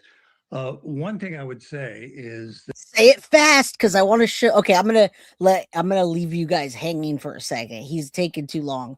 All right, I'm gonna go back to this since we're all talking about. I'm not the only one that thinks it's a female now. Look at. I can't unsee. Now, this is Jason Jensen. This is not just some random schlub. Jason Jensen's working on the JonBenet Ramsey case. He's been working on lots of high profile cases for over 30 years as a private eye, right? When we did the Sebastian case, he said he offered to help in the Sebastian case if they need it, but he does a lot of high profile. He hopped on a plane and he put these up there. He said, I hope this helps to identify the abductor, and you can't unsee it. There's one person. There's two different people, guys. I'm telling you. No, I don't know why they're not telling us that, but look at that. And then you can't unsee that. Let me go here. Look at the eyes. You guys all want to talk about the eyes. Look at the eyes on the right, and then look at the eyes on the left. Look at the color. Look at the way one of them is covered like he doesn't have a neck. One of them is literally covered like this and then a beanie pulled down, which to me indicates that he's covering his facial hair. Now, look at the eyes. Did you see the interview with the neighbor that was wearing eyeliner? No, I didn't see that because I was listening all day. Now, look at this. All right. We're waiting for them to give us. Look at the eyes here and then look at here. Okay. Again, it's hard to unsee when you look from here up and you take that and you look here and you look here, I see the eyebrows, the real light eyes, the white face, and then there's a darker face in there, which again could be a band member. This is not the same person, in my opinion. All right, so it's hard to unsee that once you do. I already showed that earlier, so I'm going to pull that down and we're going to put this back up because what we need to pay attention to is what this guy has to say. Let's listen. That this individual or individuals, whoever has done this, their normal routine has been disrupted since the abduction. So, we can go through all the clothing and all that. That's fine. But another thing that to be considering is the fact that this person maybe now isn't going to work as usual, isn't at the usual coffee shop. They've been totally consumed with this abduction since they started it, and it's just taken over their life. So their normal everyday routine has been disrupted. Thank you for watching. Subscribe below and download our News Nation app right now on your phone, and you will get fact-based, unbiased news. Will you lower your voice? Because stop yelling at us. All right, we're gonna take a look. Let's go back real quick. I mean, I have so much more. But let's just go to jail. For all Americans. Oh, be quiet. Stop. Make it stop. All right. Let's see what they're doing. If we see the SWAT teams out there yet. Anything found. Again, you guys don't worry. I'll get bored soon enough if nothing's happening. I cannot just sit there and not tell you all the stuff I have behind here. Come on, JLR investigates. Let's go. He's live on the scene. Someone says, JLR, are you okay? Maybe he's not getting come back. Well, good thing we're not relying on his content, huh, folks? Because it looks like he might be. It's raining today out here in California, so I'm not exactly sure what's going down there. All right, mystery man's gun. What if it's not a kidnap? I think it is, but let's you guys want to talk about that gun? Did you guys even notice that they had a gun? One of the people had a gun? Anybody? I'm telling you, I saw that. All right. JLR's not working. This person had a gun and nobody would carry a gun the way that he did. Let's talk about the gun, all right? I'm going to stop sharing this because it's not working. Poor JLR. And then we're going to come, and did I gift memberships? I gifted 10 memberships, right? Yes, I did. I gifted 10 memberships. I wanted to make sure. Okay, this just came out minutes before I got home. Notable observations about the mystery man's gun and backpack from law enforcement experts. And this lady's been working with Brian Enton, Megan Kelly, and this is one of the experts, law enforcement. And you guys know about me. You guys know I collect guns, I shoot guns, I'm all about gun safety, ballistics, all that stuff. So this is fascinating to me. That could be what helps to solve the case. Maybe they found a bullet casing that dropped out, or maybe they left the holster. We don't know yet. The White House has issued a statement. It reads as follows. The president encourages any American across the country with any knowledge of this suspect to please call the FBI, who continue to assist state and local authorities. The prayers of the entire White House are with the Guthrie family. I mean, that's yet another reason why it's only a matter of time. You've got everybody from the FBI director to the president of the United States. I mean, NBC is going to blanket this guy's pictures, and that's their nightly news at least still has a decent size audience. I'm sure their Today Show audience is inflated this week for obvious reasons, but everybody, all the podcasts, this is not your average case. I can't remember a case with this much notoriety in recent history where we were all working together to find a perp. This guy's got a noose around his neck, Maureen. It's just a matter of time before we tighten it. I love it. And he's backed into a corner, and he's stressed beyond belief, and he's freaking the hell out, and it's good. But why do they keep acting like it's only he? Did he change in the middle? Only people I've noticed wearing hats, gloves, and jackets throughout the whole coverage in Arizona. But wait, what? Yeah, I noticed that too. And we're going to talk about that. Many people didn't, because you wouldn't typically hold a firearm the way that he did. He had his holster completely out and carrying it just really odd. Not the way a person that uses guns often would carry it, ever. But I'm glad. I hope he suffers. Same. Don't you think, Chad? Like this guy right now, there is this man. This man exists. This man has committed a terrible crime. The exact nature of it, we have yet to determine. But this guy knows this is happening just as the three of us do. And somewhere he's having a holy effing moment thinking, what do I do now? I bet he's really regret having that crusty ass mustache and thing under his lip that was shown, because that's going to be a tall tale sign to give him away. Not too many people I know have those types of mustaches. And, you guys gotta love when the news people get cocky and irritated. It's like, dude, we're tired. We just want to know. And I'm sure I'm sure Savannah is just having a breakdown and having to be strong. But yes, that mustache. People were saying he was wearing a freaking lucha libre mask underneath it. Come on, man. And how could they not say there's two people? Did they change? someone's going to be sitting at the dinner table tonight, looking across, being like, might be time to call 1-800-FBI. Could you explain that to me? What do you, I can see he's got facial hair, but what exactly are you referring to? So there's another image where you see kind of, I don't even know what's it called? The little small mustache kind of, or the little. It's not exactly a. Is he talking about the flavor saver? What? Is he going to call it a flavor saver? And by the way, here it goes again. There's the pictures I showed you earlier. I don't see how this is the same person. One colors, both masks are completely different, guys.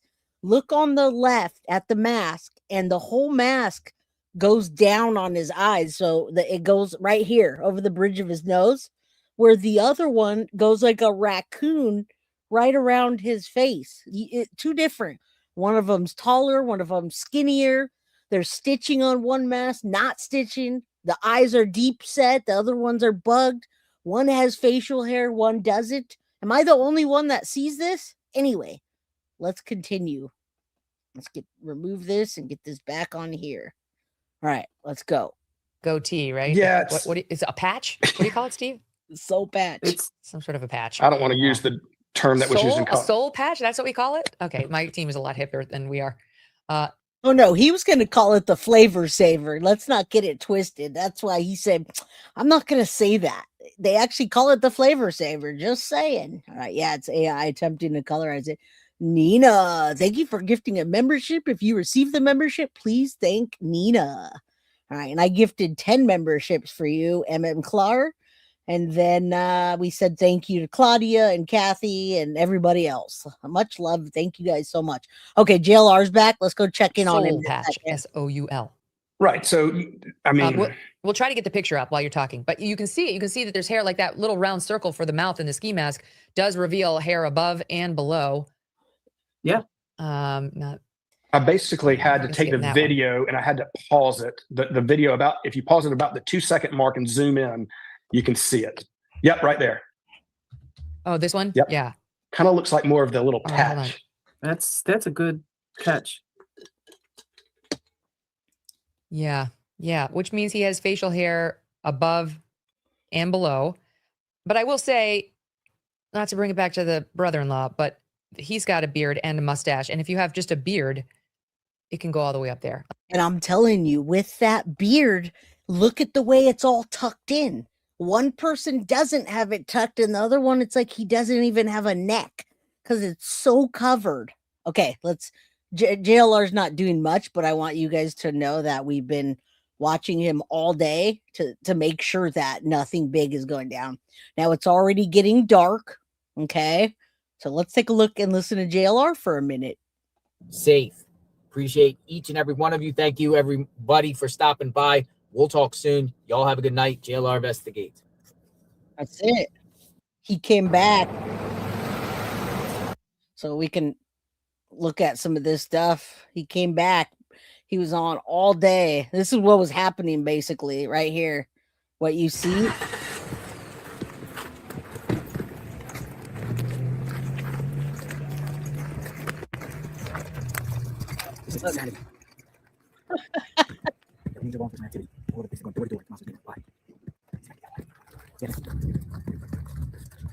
You think so? All right, we wait, folks. I have to sit here in position. Now we were waiting for SWAT activity. I can see that, but I don't see SWAT activity right now. That he just looking out in the bushes.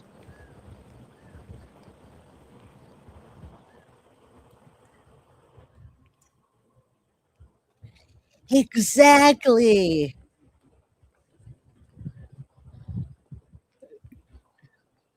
So nothing.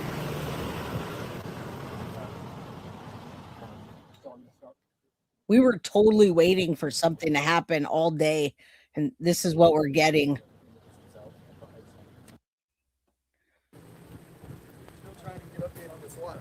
Nothing. No updates on the SWAT. No updates on the SWAT, guys. Nope.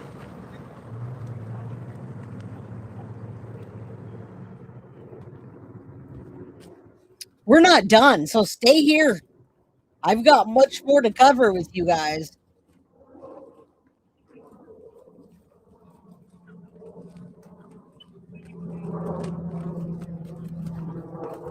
I mean, this is what's been happening all day. FBI and law enforcement has been walking door to door, yard to yard, place to place, all around Annie and Tommaso's house. We were waiting for something, press conference, news media. They got a couple of dogs out there, but I mean, this is what was going on all day long. Okay, that's it. It looks like they got, is that like a tent back there? They got something set up.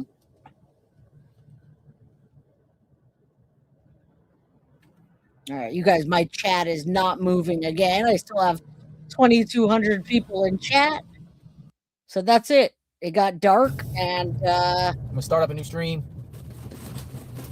in a bit. Let me regroup. Right, he's done. He's gonna start up a new stream. I have much more to go, so let's get him off right now. Thank you, JLR. We definitely I've appreciated your coverage all damn day long. I assure you. Let's finish this, and then I want to talk to you about how we know she wasn't headed to church. This is not what I wanted to. Hold on. I'm sorry. I put the wrong one up.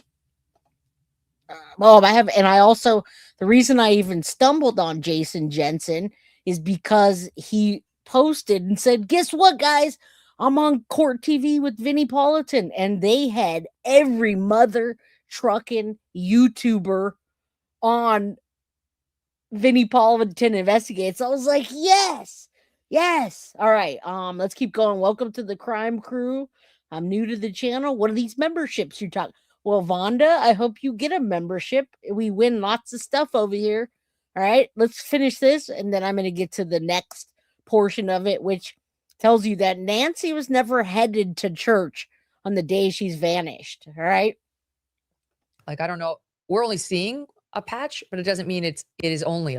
All right, we're done talking about it's freaking Flavor Saver, Soul Patch, whatever. Tyler Robinson, Charlie Kirk. Confessed. His parents saw the sneakers. You mentioned the sneakers. They recognized those. They recognized he had the hat, his build. I mean, clearly, you know your child's build. And this guy may have a mother out there who recognizes his build too, even if he's not married. And they contacted him to say, the dad said, send us a picture of your gun, because the dad was really suspicious. And he wound up confessing to his family, and then they brought in a family friend who brought him into the cops. So how do you see this going, Chad? Probably about 4 different ways, I would say. I think Maureen would agree. You're either going to have this thing turn into a cold case, worst case scenario. Oh, this is not going to turn into a cold case. From what I hear, with the images that were brought out today, they do have leads and possible suspects. They're just not saying anything yet. There hasn't been. What's up, Saucy Skin CBD? How you doing? That's the problem, Sally. We've been waiting for a press conference about the photos, and not only about the photos, Sally, but listen, we've been waiting all day to hear why in the hell they're back at Savannah's sister's house and brother-in-law. Why would they do that? Let's keep going. Let's talk about it. We're still talking about the gun now. You don't want to happen. 2, he comes forward and says, the gig's up. Maybe I'll get a lesser sentence depending on what he's done with Nancy, whether she's alive or deceased. You know, I am getting charged, but maybe I won't see the death penalty if I come in and confess. Someone's going to recognize him and call in and report him.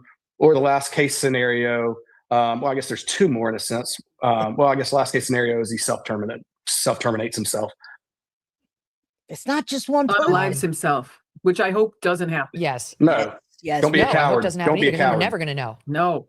Do you want to hear what I hope happens? Then we're never going to know. Best case scenario? Yeah. Of course. He starts acting crazy. Everyone calls the police. 7 people he knows calls the police. 3 departments arrive, all with police dogs. They unleash the dogs who rip him to shreds on film, and we can all watch it over and over. Oh boy, Yeah, yes. she's having Yes, fun. you want with to see that him one, huh? suffer, but not without finding Nancy first. I mean, like there Definitely. is still a scenario. You look at Savannah's statement today, just immediately, you know, after the pictures came out, we believe she's still alive. Like we are cynical law enforcement and news people who don't have a direct relation to the victim. So I think it's a lot easier. That's true. It's a lot easier to be cynical about these cases and look at statistics. And you guys know that statistically, the first 24 to 48 hours is the most important. And then after 72, if a person is not retrieved, then the chances go up to 75% that those person or people are dead. Okay. So, I mean, I'm hoping for the best, but I'm bracing for the worst. That I think they're going to find a body, guys. That's what I think they're going to find, is a body, not her being alive. But again, I hope I'm wrong. Let's take a look at that gun. Let's get into the gun, guys. That was because somebody's going to talk. Murder for hire requires a conspiracy with multiple people, and someone could panic right. Amen for her saying that, guys. There are absolutely, in my opinion, multiple people doing this right now. Okay. About now, given how the heat just got turned up, and talk. What were you saying, Maureen?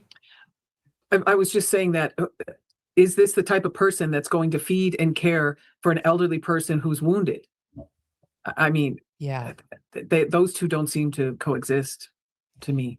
Exactly. You think they're going to sit there and give her medicine, guys?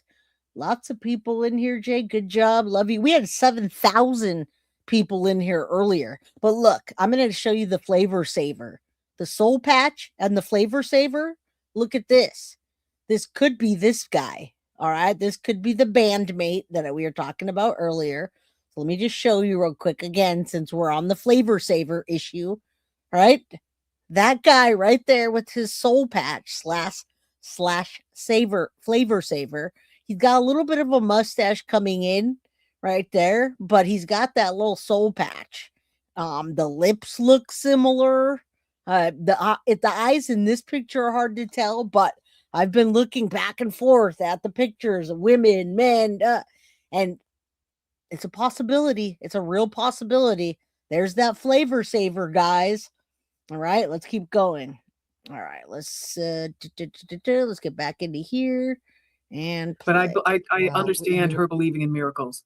I would be on my knees, storming the heavens, praying for a miracle in a situation like this. And I've prayed a lot for Savannah's mom. Yep. Yeah. Yep. Same. We talked earlier this week with Jim about the kidnapping of the Exxon president. He was president of the company. I actually learned more about that yesterday. It was 1992. And the guy was like a real regular Joe. He didn't want a guard. He didn't want to live his life under, security threat all the time, having a guard drive him and his wife out to dinner. So he said no to that. He drove himself around in a station wagon and was pretty well known. And the two kidnappers, one was former law enforcement and his wife. They moved his newspaper down closer to the road that morning because he would come out of his house himself and grab his newspaper, and they moved it closer to the bottom of his driveway so that they could get him more easily. And they grabbed him one morning, and he did fight, and they shot him in the arm, and they got him into their getaway vehicle, and they put him in a box, it sounded like a casket almost, like a small box, shot, injured, and then put the box in storage. And I guess it got to like 120 degrees. It was a very hot time of year. And he died within 4 days. But they didn't tell the family that. They kept the ruse going for some 54 days. Hey, Emily. And it was an $18 million demand. And Exxon was going to pay it. Like they wanted their executive back. But they had no trouble with proof of life. And there was a negotiation. Like there wasn't radio silence like this. They did know that their charge had died, but they were playing the ruse to the end. Here, there's been none of that. None of. And that's why we absolutely believe that the people that are involved are good at and potentially have arrest records for embezzlement, for theft, for robbery, for scams, for hoaxes, all that kind of stuff. They have a background, but they don't have a background in kidnapping. And I don't think it even started out that way. Heather Danielle, 1981, shout out to you. Welcome to the Crime Crew, and thank you so much for the $4.99 super chat. She says, I just became a channel member, just found your channel, and I'm so happy I did because me and you are so much alike when it comes to true crime. Thank you. Well, thank you. I appreciate you. Keep coming back, hit that like button, subscribe, and make sure you have your notifications on. Welcome to the Crime Crew. All right, I don't have a scanner. Emily Jane, good to see you. That's what we're talking about. We're talking about him being a suspect, but we don't know yet. All right, and there's my email rolling along the bottom of the screen. I changed it. I want to hear about this gun. They're talking about other stuff. And the way he's dressed, it's just very amateurish. Just does not look like a trained professional type of assassin. Who carries their pistol like that? It's just very just kind of thrown together. You don't carry your pistol like that. If YouTube was gun friendly, I would show you how things are done. And I've showed you in the past when I did the Delphi case, I brought out my weapons and I showed you about the ballistics and how the marks but I didn't know that YouTube doesn't like that. And now that I'm an actual established channel, I don't want to do that. But this guy's right. People that are sophisticated gun users wouldn't hold a pistol like that ever. Together. That's interesting. Wait, Chad. So you're saying that like the way he has that pistol suggests to you this is like an amateur. Unless he's just so professional, he's just trying to throw everyone off to make it look that way. But no, nobody straps the holster, to them like that. Now, granted, if you're carrying concealed, I carry personally concealed, in my appendix area, but I wouldn't carry an open carry firearm like right at your penis area. He literally's got it. This guy's trying to keep his words down. He looks like a cool guy. He looks like a guy I'd want to hang out with and go shoot some pistols with. That hook my holster to the front. That's just not a way someone carries. No, That's not a standard practice to carry a firearm at all. Nope. Mm-hmm. No way. Clearly the guy was not worried about the neighbor seeing him, Maureen, with a ski mask on and his gun visible to all, with his gloves in the middle of a Tucson evening. Like he knew that these are acre sized properties, and at 2:30 in the morning or 1:47, the odds were against people seeing him, but it's still pretty risky. I don't think it's that risky. No, No, it's pitch black out. They have no street lights. They don't even, they even discourage people from turning their porch lights on because they all want to see the stars. It's pitch black. There's plenty of room. I do think you'd be, if you fired around, someone would hear it though. Even though you have an acre, because I've been to a place in Wisconsin a lot. I've spent a lot of time there, and you can hear when someone's firing a weapon within within an acre or two easily. Yeah. But if you have a fan on in your room while you're sleeping, you won't hear anything. Mm-hmm. There's been no reports of that whatsoever. Nothing about a possible shooting or hearing sounds of that. There were reports of increased coyote activity, but it was after the night that Nancy died. It was not, sorry, she didn't die. It disappeared. It wasn't that night. It was like several nights later. So I mean, it could potentially be related, but I don't know if you've ever had coyotes around your house. It sounds god awful when they're mating. It really sounds like some sort of a mass murder is happening outside your door. Could wake up the whole neighborhood. Doesn't mean anything's happening to a human. International disputes, inflation, rising national debt, digital currency. There's a never-ending. There's never ending. Okay, we're done with this. Into a cold case. I didn't need him to tell us this, but I just wanted you guys to take note. Now, I am watching the up-to-date information. And again, let me just point this out in case you just got here. And let me thank you, Nina, for this $3 super sticker. Boy, I appreciate you guys so much. Thank you. Much love to you. All right, look, we believe on Guilty of Crime, this is our opinion, that they're two different people. All right, you can see for yourselves. I'm not going to read it again. Then we've got the pictures put up in a collage with the multiple stances. You can see the body difference. You can see a bit of a height. One looks smaller, one looks taller. You can see the stature. I showed you earlier, one of them, the way he walks up.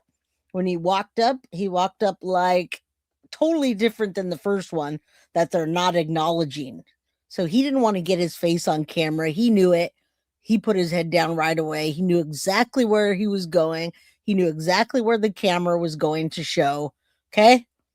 So like I said, those are, in my opinion, there are multiple people involved and there were multiple people on that camera that day. Okay. And then when you look at the front porch and you see the blood splatter, and you see the shrubbery. So he had those plants trying to cover up the camera.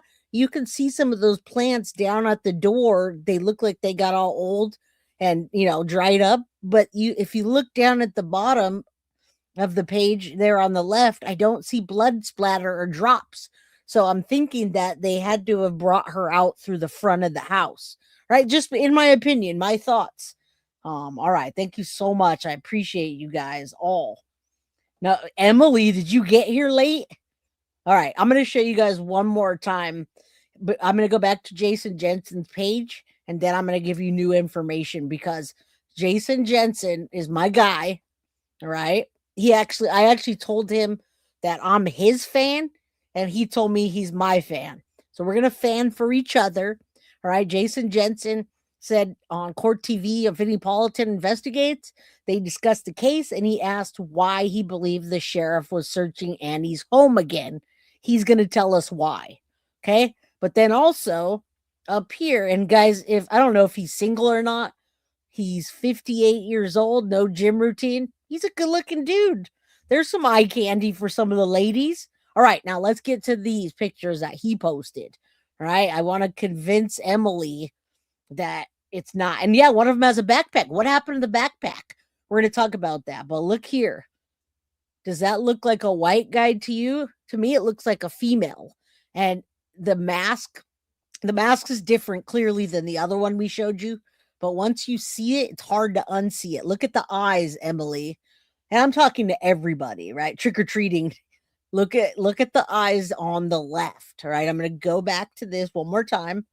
It's hard to unsee this. If you cover the bottom of the face, which I'm not doing because I can't cover my screen like that. But when you look at those eyes and you look at those eyes, the shape, they look like almond female cat eyes with the eyebrows.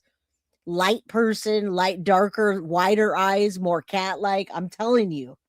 All right. And then this part looks like someone's tucking in a beard because you cannot even see their neck. It goes all the way up where the other person's didn't, that we saw walking on the porch. So that came out from Jason Jensen.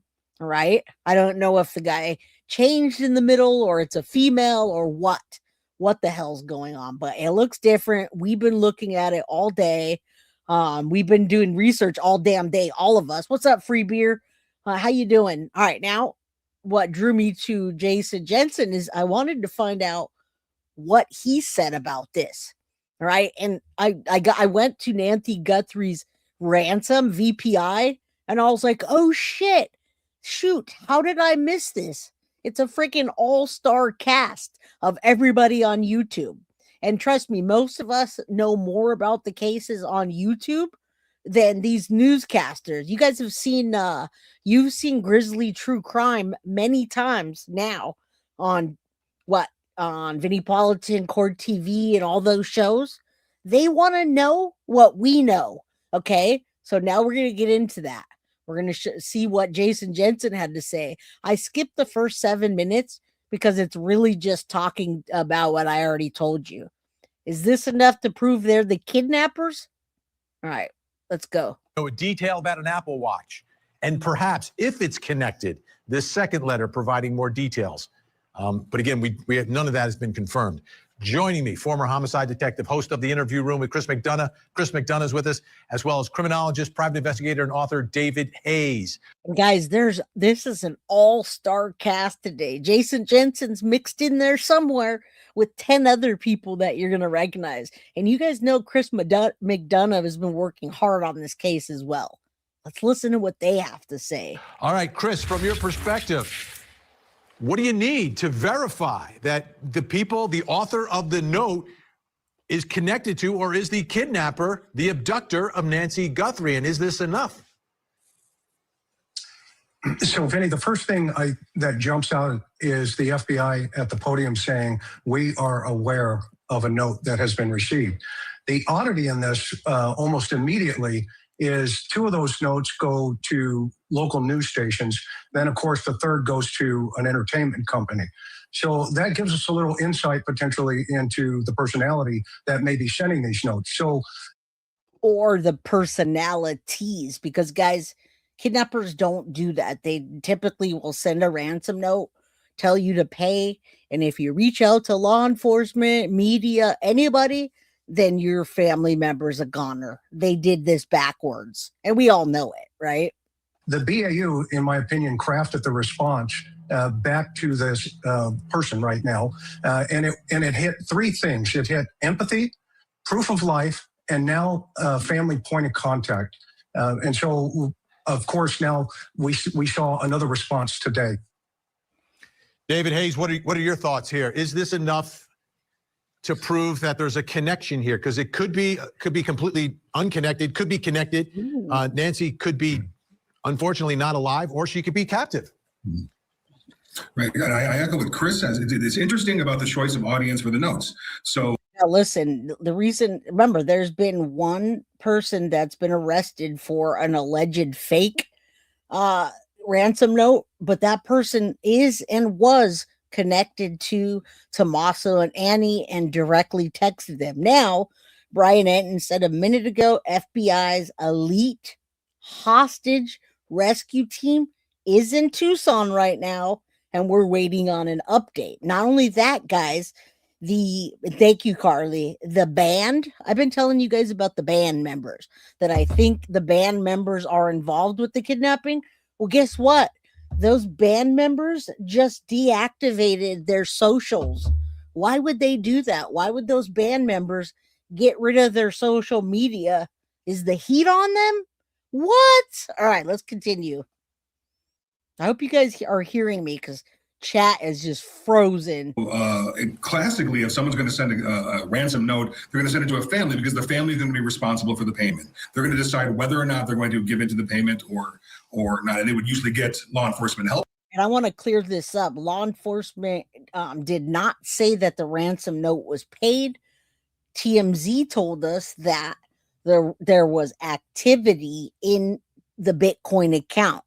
The ransom wasn't paid, and the activity in the account was less than $300. All right. I don't know if that's going to piss them off or what, but let's continue with that. So not sending it to the family directly it rings a little bit hollow. You went to 2 local news outlets and of course an entertainment outlet, like Chris said, TMZ. And I don't believe that if Nancy was under their watch, captured by them, getting Savannah and her family's contact information would be difficult. So the choice of the audience is something that I'm not quite kosher with, much like Chris. Let me follow up on that with you, David. What are your thoughts about now? Savannah Guthrie, right, is a celebrity. She's in the news business. She's at the top of the food chain in the news business, right? And that's why they're everywhere, guys. A lot of people are like, why is TMZ involved? Well, first of all, TMZ has been involved a lot lately in the news that I've been covering because TMZ is essentially the Hollywood scene, right? And Savannah Guthrie is a Hollywood or, a news anchor in the Hollywood scene, so to speak. All right. And then, we see them covering Diddy, and then we're covering the David and Celeste case. And TMZ is just popping right now. For some reason, people want to get that information to them because these cases are more high profile than if we were just watching. And to me, all victims matter. You guys know that as well as I do. Chris McDonough works on the Native, right? On the Native cases, the missing Native Indigenous women. They don't get half the attention that Nancy and Savannah and the Guthries are getting. So just a quick explanation. Why TMZ?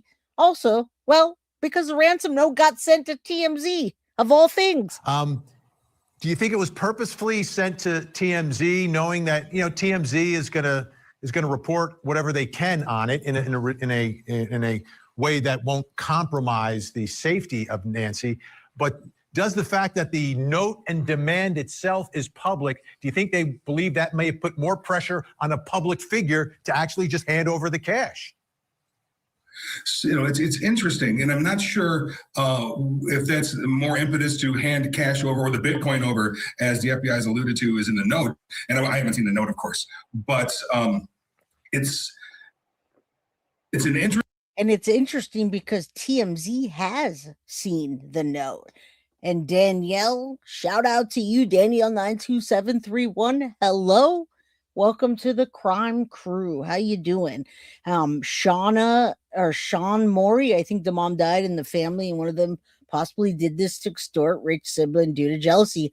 I think all of that's plausible. I think it started out in one way and they continued it in a different way.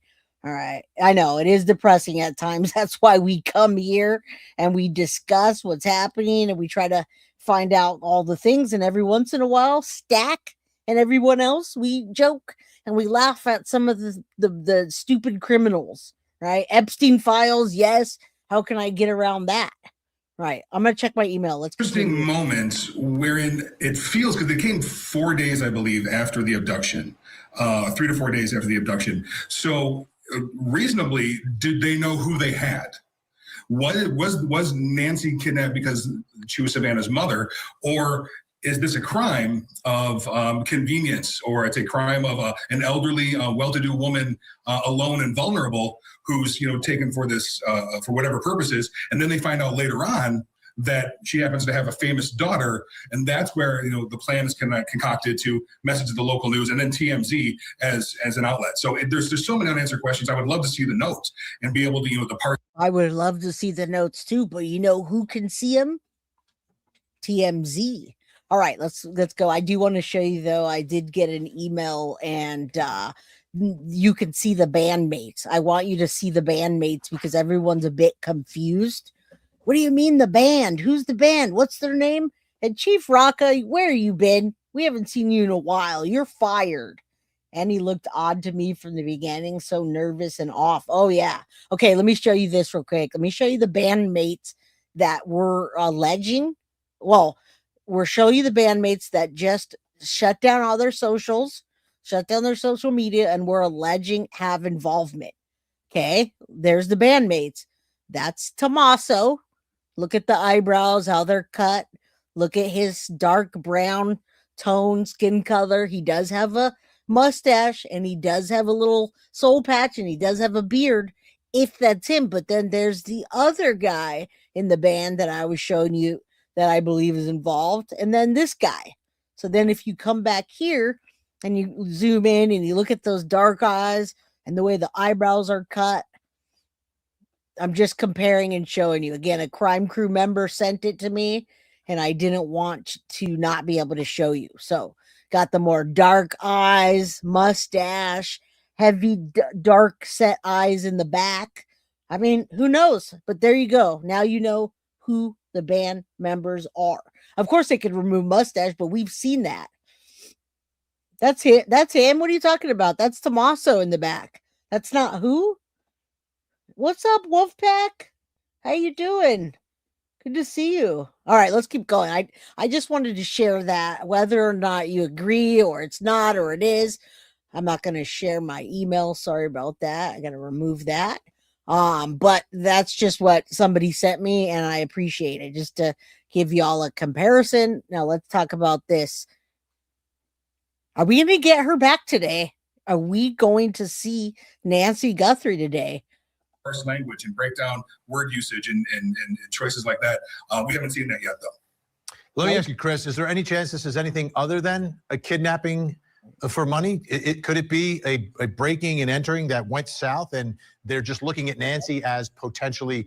That's what I'm thinking, guys. I'm thinking it went south, and that was their backup plan, was to extort to an extent, right? We can call it kidnapping, we can call it ransom, we can call it extortion, but it's like a mix of everything at this point. Evidence that they want to get rid of? Yeah. Yeah, absolutely, Vinny. In fact, the victim continuum tells us that again, right? This is a very low risk victim. And so now that brings into play the thought process of what It's an old picture, Cindy and crew, because they're not in a band anymore. All right. They're not in a band anymore, but thank you. I appreciate that. And he's in it. That's why, that's what I'm saying. Thank you. I'm glad. And if you guys don't have to believe my theories by all means. This is just a theory. These are just in my opinion, theories. All right. Just Gigi says, I suspect the masked man is actually a close friend of Nancy's son-in-law, Matt 1820. Join me in praying for Guthrie family. Bring mom home. Right there with you, Just Gigi. Bring Nancy home. All right. Amen. Let's keep going.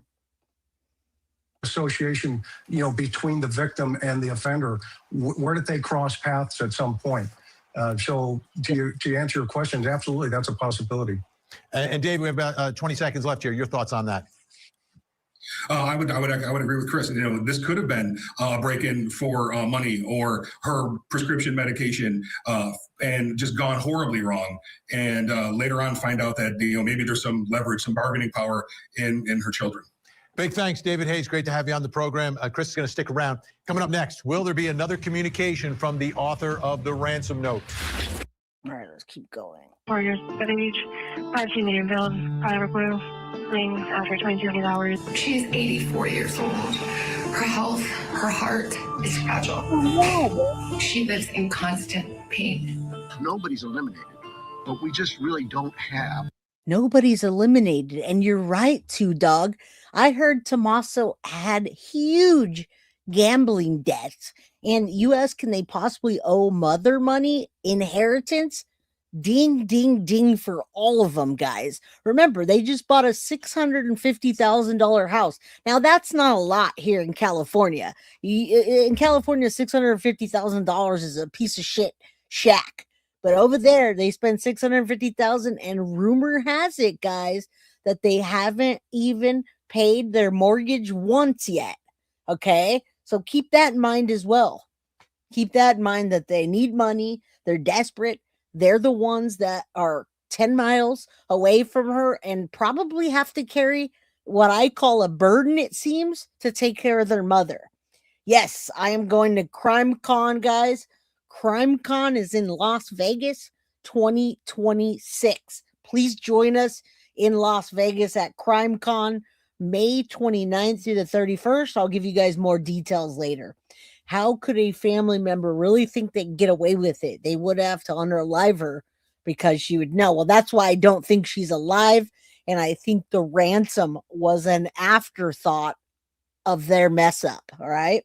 Krista, good to see you. And I didn't welcome Lolly in, but welcome Lolly in. Lolly, good to see you. I want to know what they're looking for inside the house.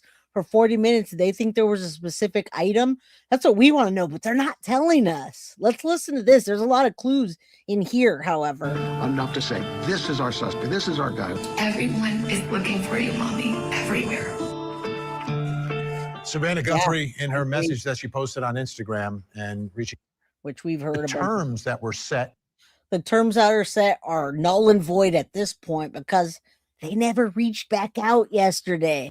What kind of kidnappers ask for a ransom and take a whole day to get back to you and don't even collect it?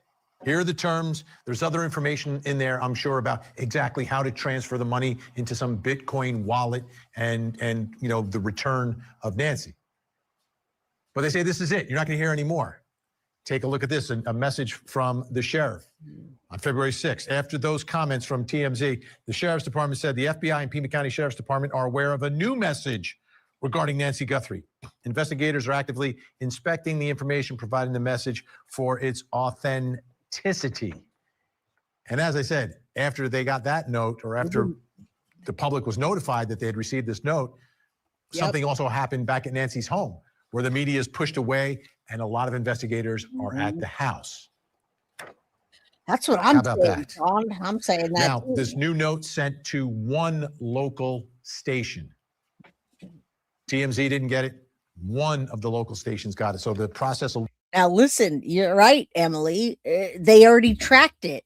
They already did a transaction for less than $300, and law enforcement believes that they've tracked it well enough to know that it's going to a person in the Tucson area, which again, I'm not surprised because since day one, I've already been theorizing this. All right, let's keep going. There's a lot of details in here. A little different on this email.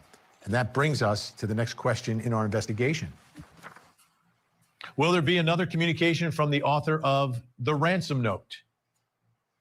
Is this new note another communication? Will there be one after that? Is this going to become more of a traditional back and forth? Still with me, former detective Chris McDonough, and joining me, the host of Hidden Killers with Tony Bruschi. Man, this is just a freaking YouTube all-star cast. 40 minutes of Nancy supposedly going to be returned, right? They didn't pay the ransom, though. They only paid less than $300. And Bitcoin accounts can be accessed by multiple people and groups. You're absolutely right, GRB. Absolutely right. 100%. Tony Bruschi is with us. What does your gut tell you, Chris? Is this new communication? Same people? Now, I don't want to confuse you because I don't think the family's doing something nefarious. I think law enforcement feels like Nancy Guthrie is already not with us anymore. And I think they don't want them to pay some $6 million ransom that's just going to be dispersed to who knows what. So it seems like, Emily, they did a test with the account and they put somebody transferred less than $300 either back or forth. So that's not them doing that. I believe it's law enforcement trying to track the wallet or person. Yeah. Vinny, one of my auxiliary responsibilities in the agency I retired from was I was on the hostage negotiations team for 11 years. And so this was a classic move by strategy. And you'll notice the other day, you heard the sheriff say, no longer are we going to communicate to the press or anybody like that. Okay. I.e., if something big pops up, then we'll let you know. That's basically radio silence is what he was pitching. Okay. And within a couple of days, boom, a new letter pitches up. And so I think strategically, the suspect or subjects are watching everything that's going on in this case as much as we're talking about it. All right, Tony, what are your thoughts here? If in one note they're saying no other communication and they send another communication, what does that tell you about what's taking place right now? I think all options are on the table. I in no way want to discount anything Chris said. I think that is totally viable. But will there be more communications? Absolutely, and not just one. I think we're going to see a flood of them. But here's the problem. We've already seen multiple random demands come in, and we don't really have a lot of evidence that any of them are super legitimate. The details in these letters, the Apple Watch, the floodlight, that's all publicly available information. Anyone following the case could put that together.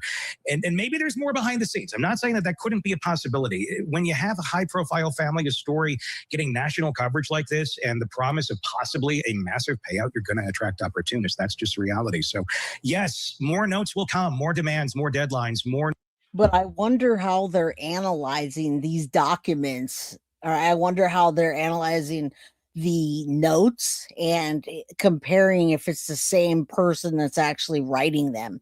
Now, I want to show you something real quick because it's the first time I've even seen it said today. Now, it doesn't need to be said when I tell you that police are back at Annie Guthrie's home or her neighborhood, going everywhere looking for something. Okay, so this just came out like a few minutes ago, and we're gonna go back to this. I just want to kind of show you whatever up to date, and then when there's nothing else, then we'll be back tomorrow. But right now, it says police search Annie Guthrie's neighborhood after releasing image of armed figures, possibly connected to mom Nancy's disappearance. Now, we know the search continues after authorities release surveillance footage today. A shitload of other things happened, and they stormed this lady, Annie. They stormed her neighborhood. All right. So Savannah Guthrie's sister, Annie Guthrie's neighborhood continues to be searched by Pima County Sheriff's Office and FBI today. The search continues after authorities released photos of a subject who could be connected to Nancy Guthrie's disappearance. Nancy was last seen on the 31st. Authorities are continuing to search Savannah's sister Annie's neighborhood in the hours after they released the image of armed figures, which we saw. JLR was on the scene. Officials with Pima County Sheriff's Office and FBI were seen searching the neighborhood and asking neighbors questions. Tony Zaccanini, a neighbor, tells People he spoke with 3 sheriffs regarding Nancy's disappearance. He says, they didn't ask for my phone number or nothing, but I got a camera set up around my property in the back and the front. Zaccanini 74 says. Guys, I wonder what they're going to get off of those surveillance footages, right? And they were there last week asking to look at his cameras, is what he says. We didn't see nothing. Zaccanini tells police that the PSCO's review of the surveillance footage obtained by his own home cameras. Now, we're not confirming anything at this time. Phoenix FBI spokesperson tells People magazine and law enforcement officials were initially seen at the residence of Annie and her husband Tommaso late in the evening of February 7th, and just hours after Annie and the siblings, Savannah and Cameron, shared a new video from a message from their mother's potential kidnapper. Now, Annie's property is located approximately 4 miles from her mother's longtime home in Tucson, Arizona, where she was taken in the middle of the night on January 31st, authorities said. Tracy Walder, a former CIA and FBI specialist, told People ahead of the search and of searching Annie and Sione's property, law enforcement officials say may have either asked Annie's permission or obtained a search warrant or both. I think they got a search warrant. That was a speculation. I haven't been able to find it. All right. That was the person in the camera trying to cover it. The search of Annie's neighborhood continues after authorities release photos of an armed individual potentially connected to Nancy Guthrie's disappearance. We saw the images. It shows a person with a mask over their face, wearing gloves, adding to the person that appears to have tampered with the camera of the victim's home. All right. When you look at her, it's just something's off. Working with our partners, as of this morning, law enforcement has uncovered previously inaccessible new images showing an armed individual appearing to have tampered with the camera at Nancy's front door the morning of her disappearance. All right. Now, Nancy's family initially reported her missing on February 1st when she didn't attend church. Shortly after, law enforcement launched a massive investigation into the disappearance, saying they believe she was taken against her will. Pima County Sheriff Chris Nanos said at a press conference on Tuesday, February 3rd. I'm not going to keep going into that. We know the blood match now matches Nancy. All right, that's her blood. And remnants of the Ring camera have been removed. Remember, we don't know what they didn't show us. They showed us what they wanted to, but what else is there? All right, let's continue. We still have 2,067 people in here. Noise, but more noise doesn't mean more signal. It actually makes things harder because now the family and law enforcement have to sort through every single one, trying to figure out if any of them are real while dealing with people who are essentially exploiting their pain for money. And here's a bigger question until we get to it, until we see verifiable proof of life, something that couldn't come from a news broadcast or a Google search. We don't even know what exactly is going on here. We don't even know if it's a kidnapping. We don't know if there's anyone to negotiate with. It could be a robbery gone wrong. There's just so many unknowns, and that's the reality of where we seem to be sitting. Chris, what do you think of the two deadlines in that ransom note? One deadline seemed to be, okay, kind of like a early bird discount, right? You pay by a certain day, it's this much. You don't. Oh boy, I wish I had that picture. And Heather Daniel, welcome to the Crime Crew again. Thank you so much for the $4.99.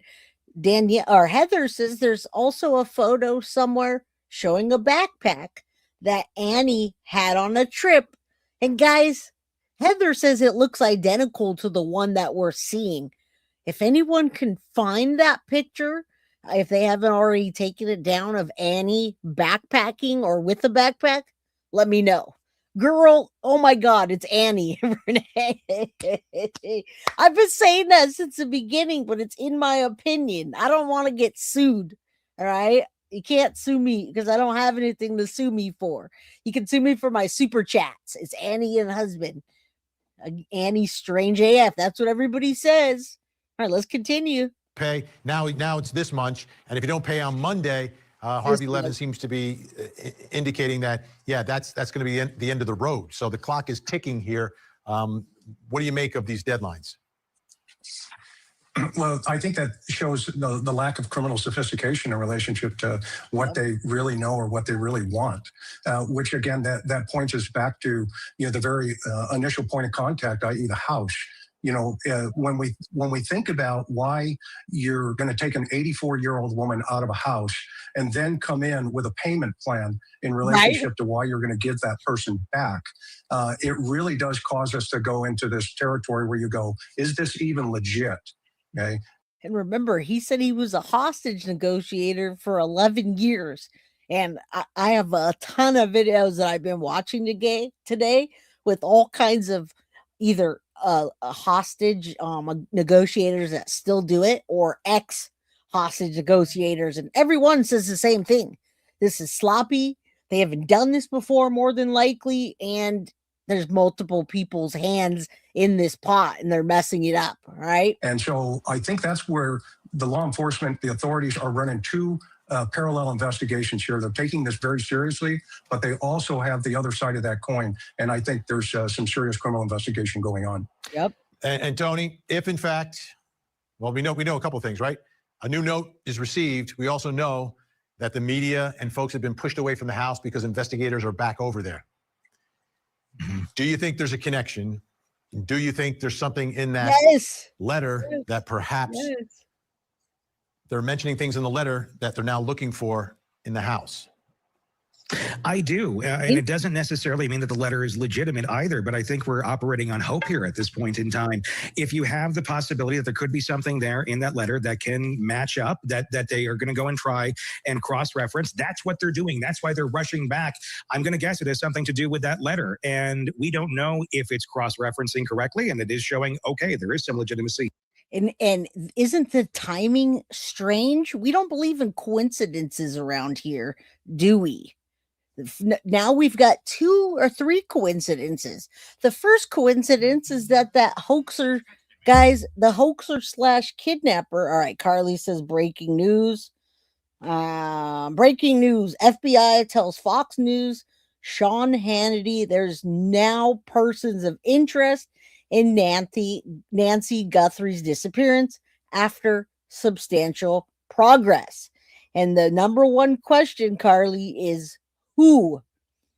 All right, you know what I'm going to do? I'm going to pull this down just for a second because I also want you to see this. The guy, the monster of Tucson. We did not really watch the video. I want you to see what FBI is saying right now about this whole thing, and then I'm going to try to look for what Carly sent me to see if I can find the actual breaking news on it. But take a look at this. This just came out. Watch. Retired FBI criminal profiler James is.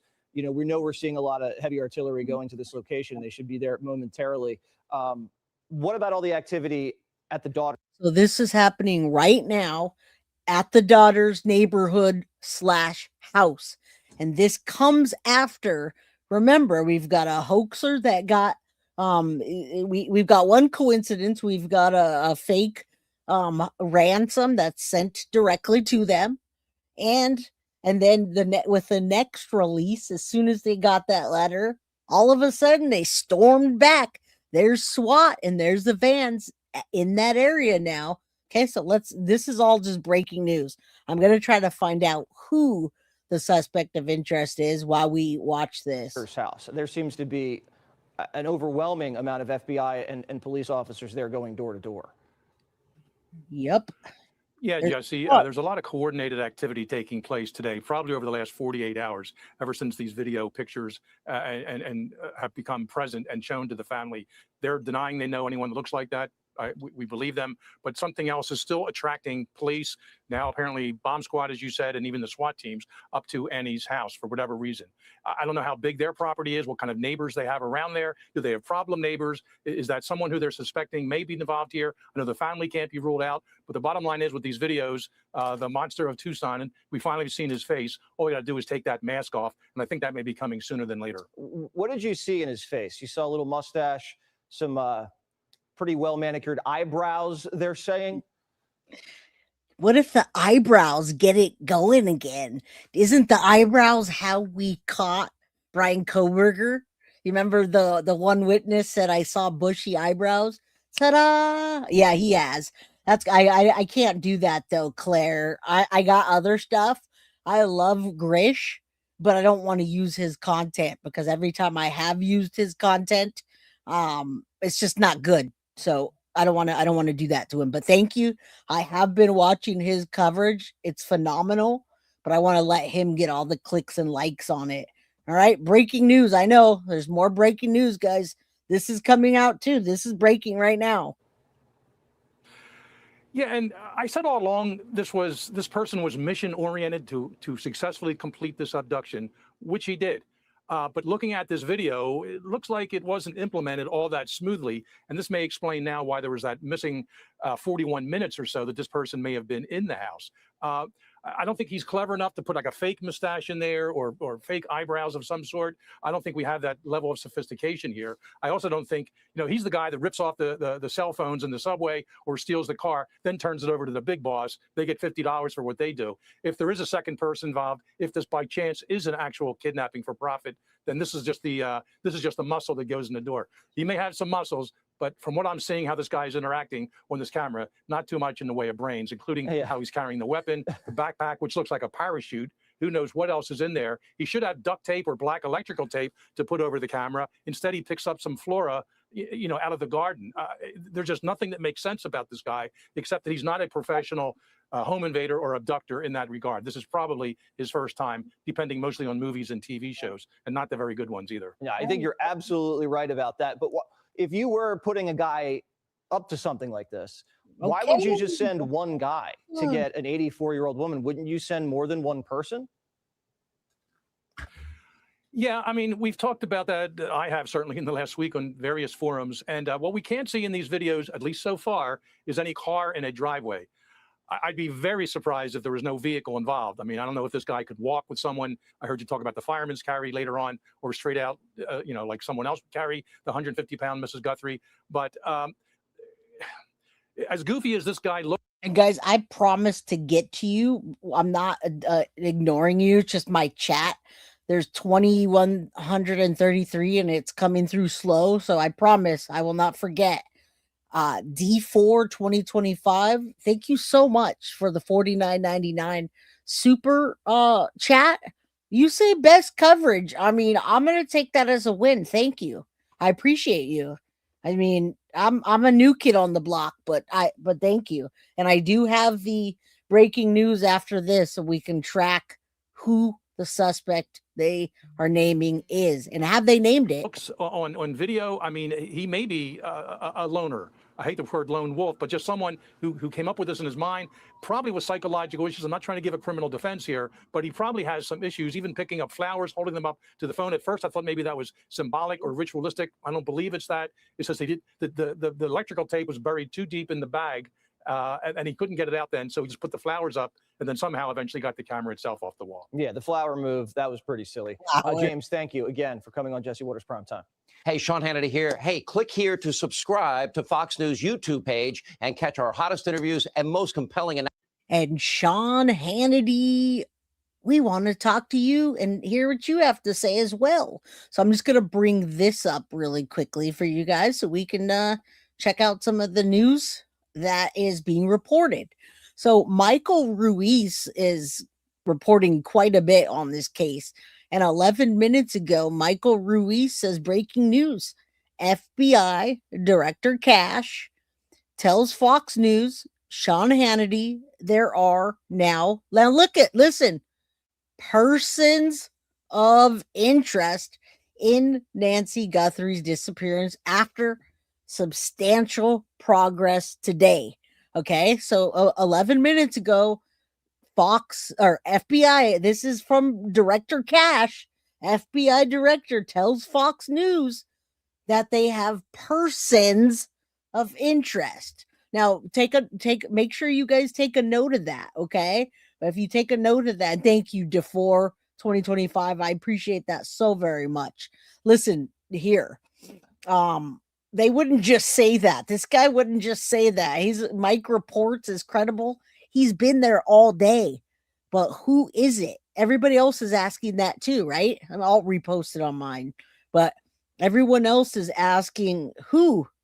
So we don't quite know, but this is what was happening today. An hour ago, investigators were canvassing the neighborhood around Annie Guthrie's home in Tucson. All right. This was what JLR was picking up on all day. So they're pointing at things. They're giving up camera footage. They're letting them in the backyard, etc. Okay.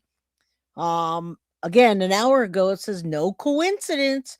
Retired FBI Jason Pack tells Fox News Digital, you don't deploy SWAT and FBI tactical units on a hunch.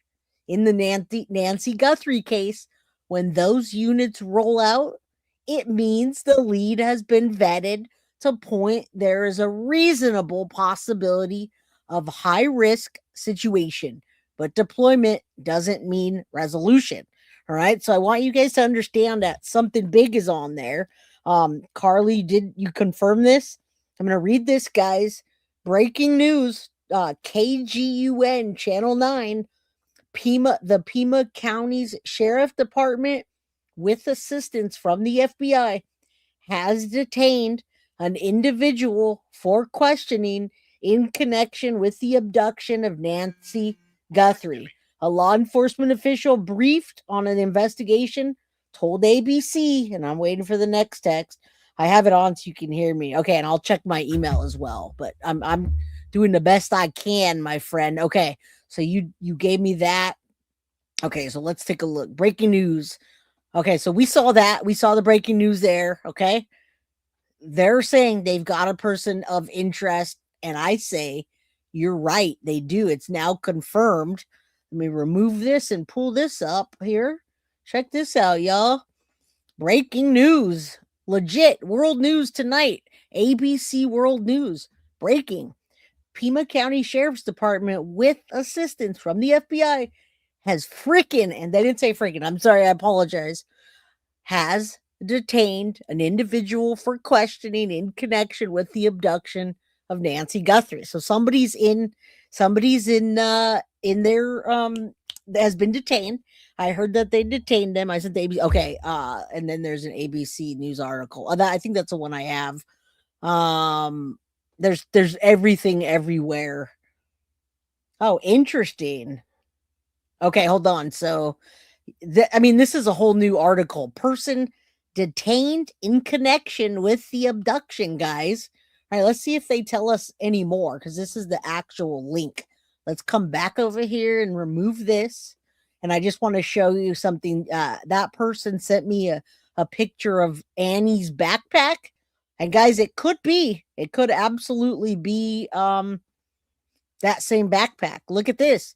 Person detained for questioning in connection with Nancy Guthrie abduction. This is official.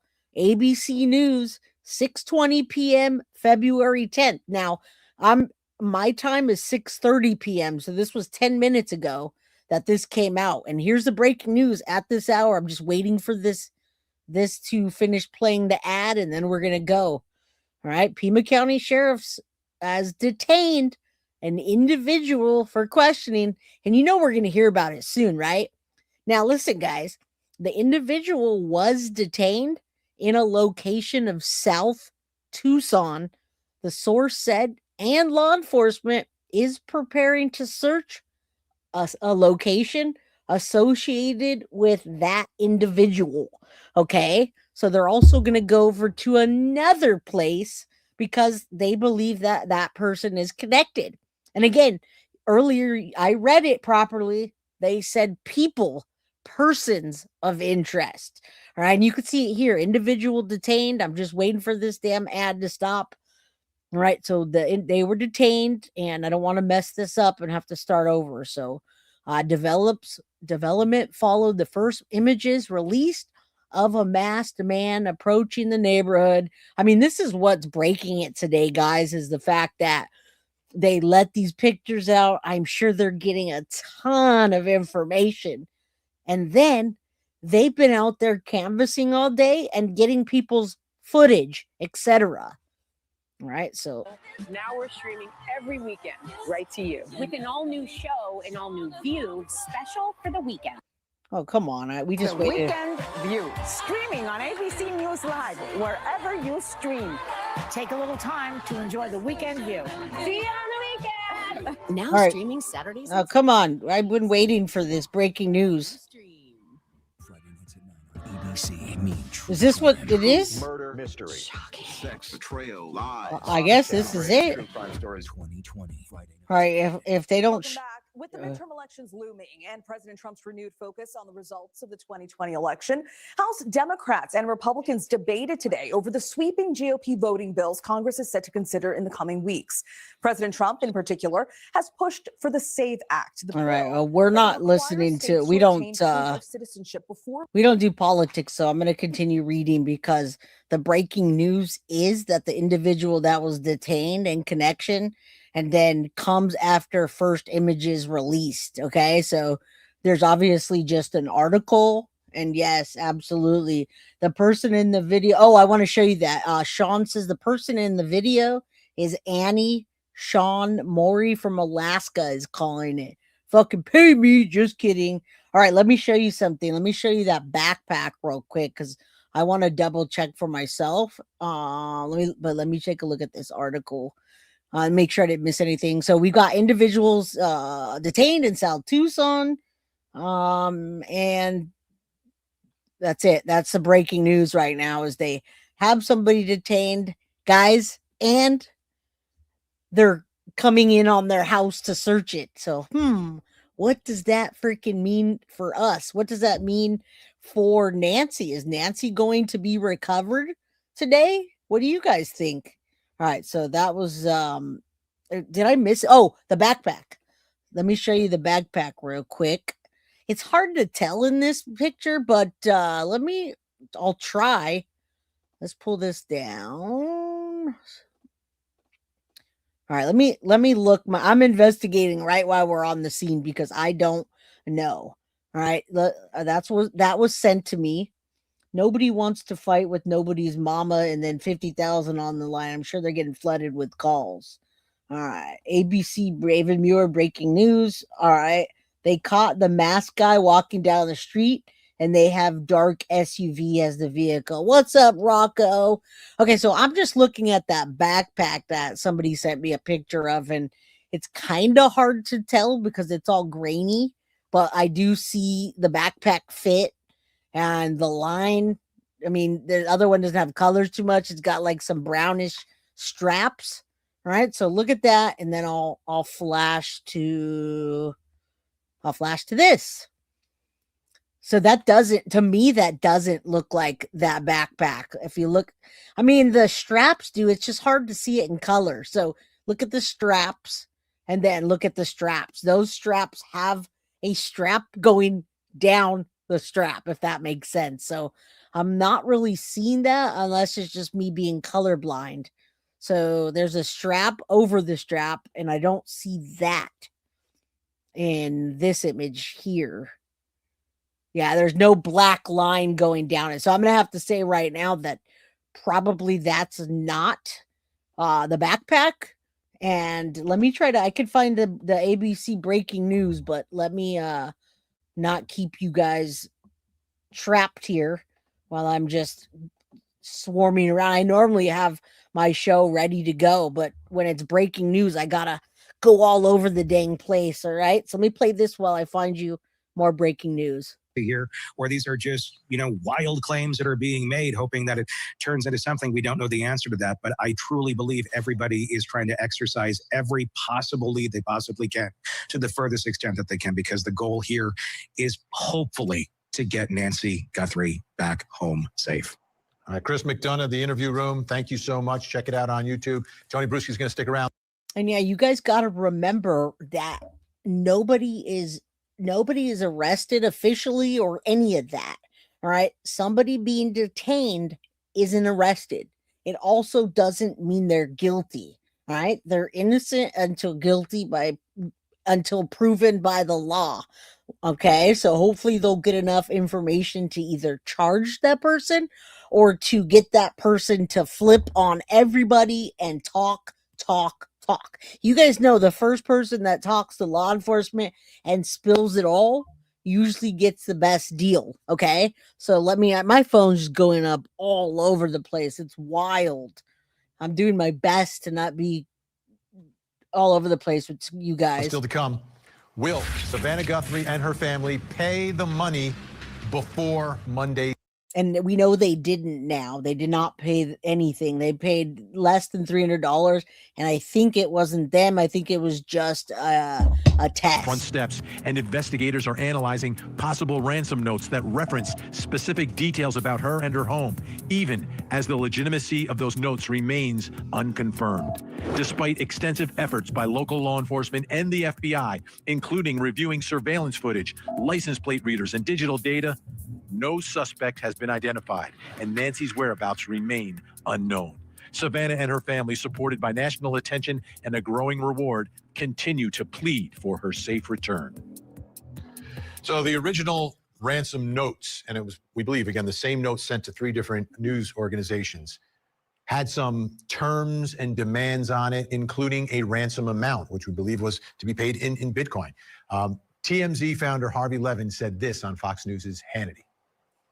She knows exactly what the demand is. And so they are, through us telling the family, and obviously the sheriff's department gave the family the letter we received, exactly what they're demanding. And they're saying that Nancy is aware of it. Okay. And what I'm taking away from that, right, is that in this letter, they're telling Savannah and the family, listen, your mom knows about the demand. She knows we're asking for money and we're going to release her if you just pay the money. Think about the psychological aspect of that on the kids, right? They're saying, well, we told your mother. We told your mother. They just got to pay the money and we'll let you go. Now, TMZ founder Harvey Levin said this on TMZ.com. In the letter, it says they would return her back to Tucson. So they also give a time frame of how. Okay, so we saw that, and I want to show you something different for a second, because as we're going, there's more things to prove to you that I absolutely believe that the person or people that were detained are connected to Annie and Tommaso. Look at this. I wanted to continue, but then the breaking news came in, so let me make sure.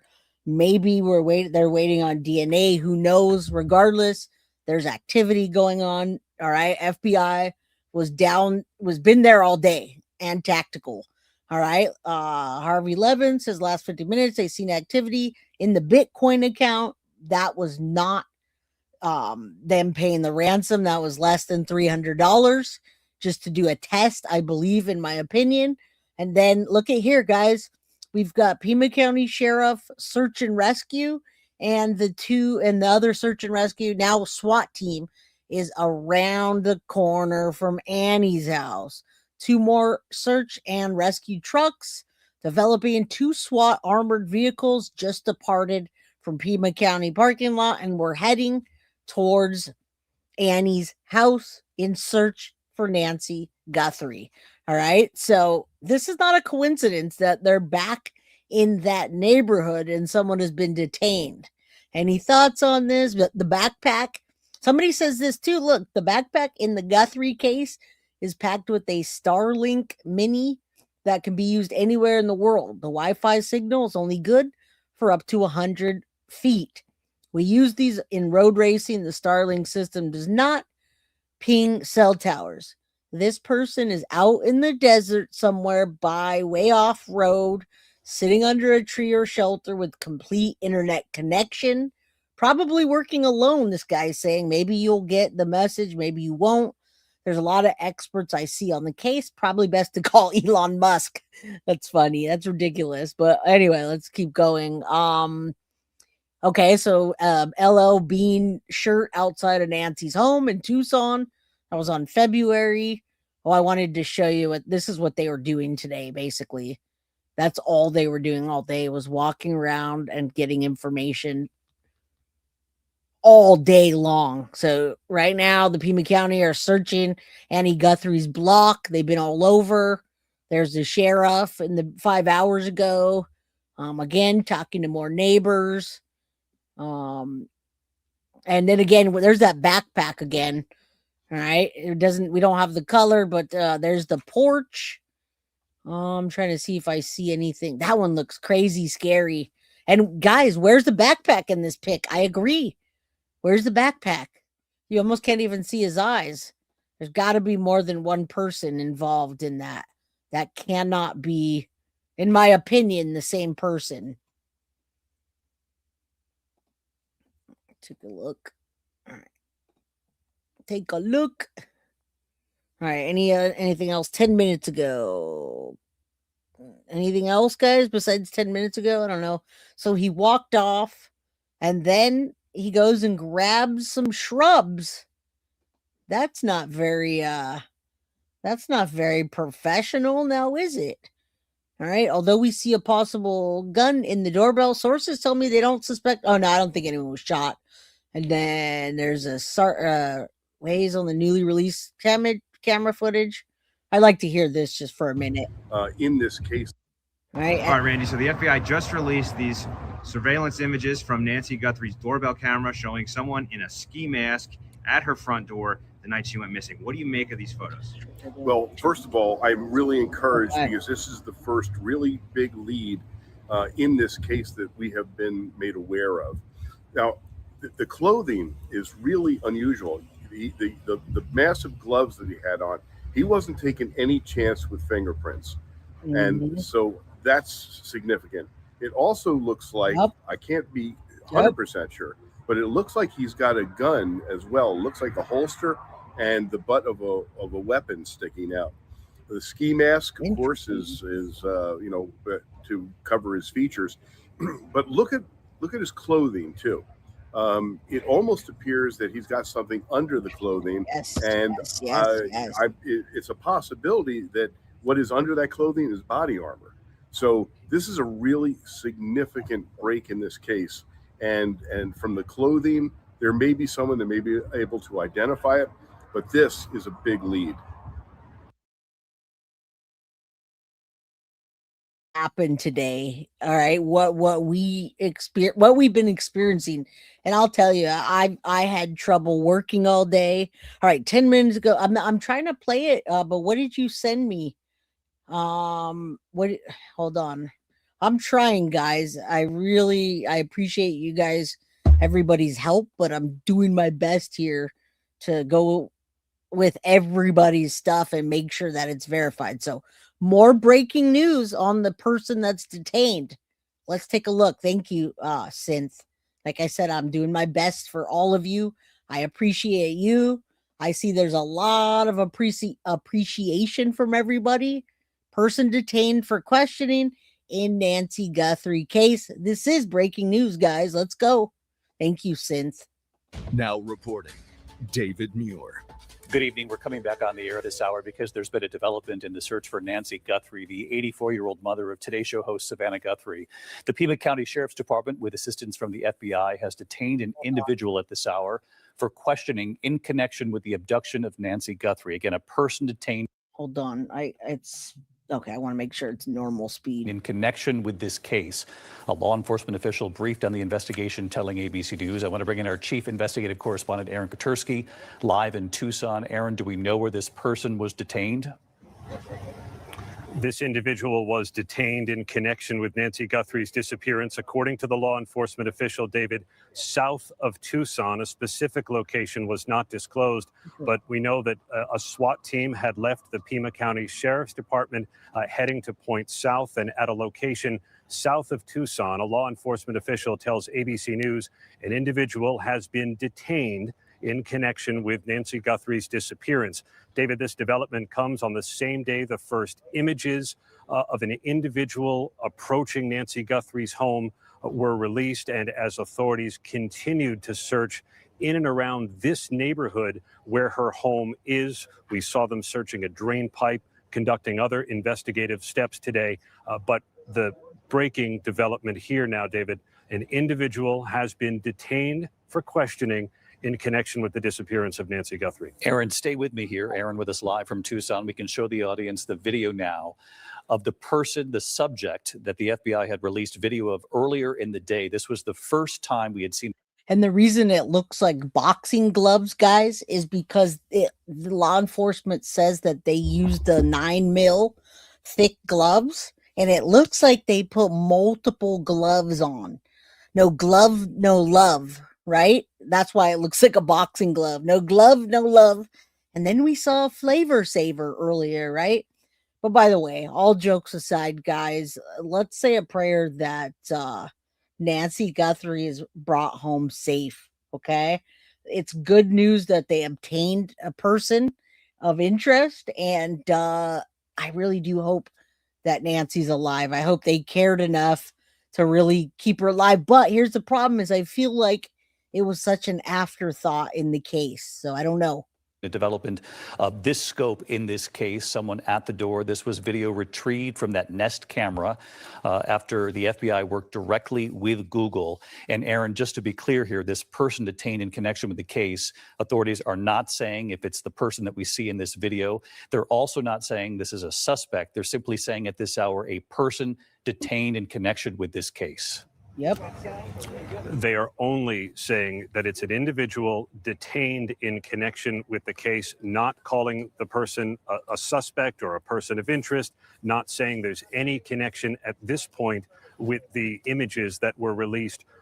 They're so full of you know what. And guys, I'm about to go back on the scene to see what's happening as soon as we finish this with what they're talking about. The person in connection. They're being real careful, but I'm telling you right now, the person in connection is bigger than we think. They're keeping it to a minimum. I'm Earlier sure. today by the FBI, but law enforcement officials have obtained a search warrant. They're going to be searching a location south of Tucson where this individual was detained. They're going to be going through that location. That could take hours, and either that search would resolve the matter, and that could be it, or there could be some further development associated with this individual. But right now, the person is not considered a suspect, we're told, only someone taken for questioning, detained. And with just a few seconds left, Aaron, a search warrant that will play out in the location where they detain this person? Yes. That's right, David. Yes, yes, yes. That's good news, guys. That's good news. That's really good news. They're also, I know I'm going to go back on LA Designs. I'm almost done here, but that is fantastic news, because if that person of interest that they say is not a suspect did get a search warrant for their home, that's really, really, really, really good news. Please let Nancy be alive still. I'm praying for that too. Please hug your loved ones, hug your moms, your children, your nieces, your nephews. Oh my God, prayers, mad prayers. All right, we're gonna finish this, hop back to JLR, and man, we've been here for almost 3 hours, y'all. The search warrant is for a location associated with this individual. Specifically what it says, what they're looking for, has not been made clear. All right. Aaron Katursky, our chief investigative correspondent, reporting at this hour, a person has been detained in connection with the disappearance of 84-year-old Nancy Guthrie. Of course, the mother of Today Show host Savannah Guthrie. The whole nation has been praying for days that there would be a development that would bring Nancy Guthrie home. We'll continue to follow this. For those of you in the West at this hour, we're just about 3 minutes away from World News Tonight. More at abcnews.com. I'm David Buer. Good night. Awesome. All right, we're gonna hop back to JLR, see what's popping with him.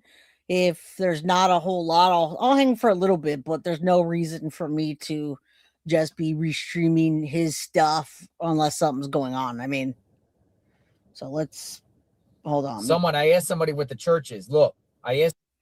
All right. And there's a hold on. All right, so JLR is driving back on the scene, guys. He's back, right? And chat's flying over there. I'm sure something. Dove of Peace Church. There's a church. Turn right into the parking lot. Okay. Yes. Look, you guys, do me a favor. Hit the like button. Make sure you subscribe to all notifications. FBI was here. I don't see anybody here at the Dove of Peace Church. All right, nobody's here. So let me turn around here. This is the Dove of Peace Church. So the FBI is not looking for, not in this area right now, the Dove of Peace Church. Oh, I think he's going. 1 second. I think he's trying to find South Tucson area where law enforcement is. Who has been detained out and about. Crazy stuff, man. I've never seen anything so crazy. I know. Than this. So let me see what my people are saying. I'm getting some messages here. I got all kinds of sources around here that have been telling me stuff. And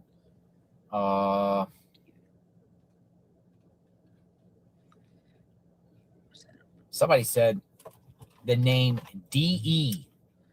DE. The name DE.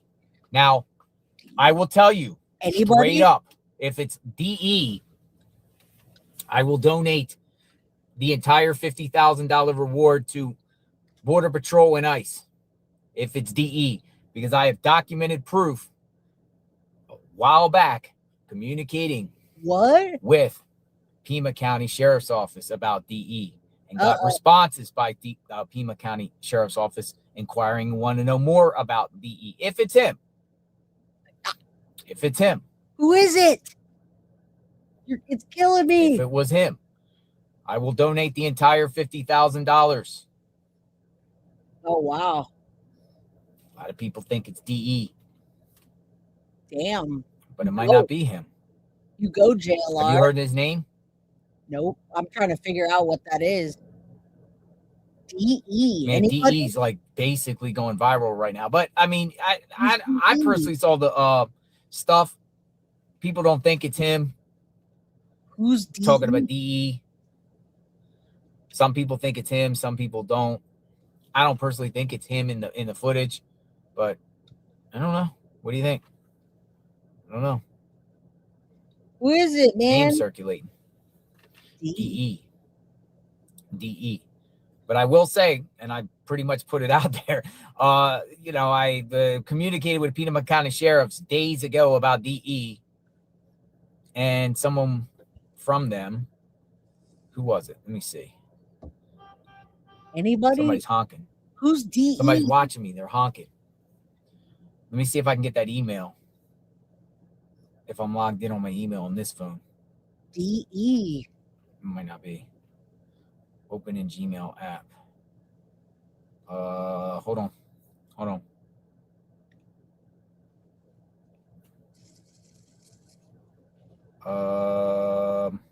not finding anything on DE. A deputy by the name of Earl Giron, Gier,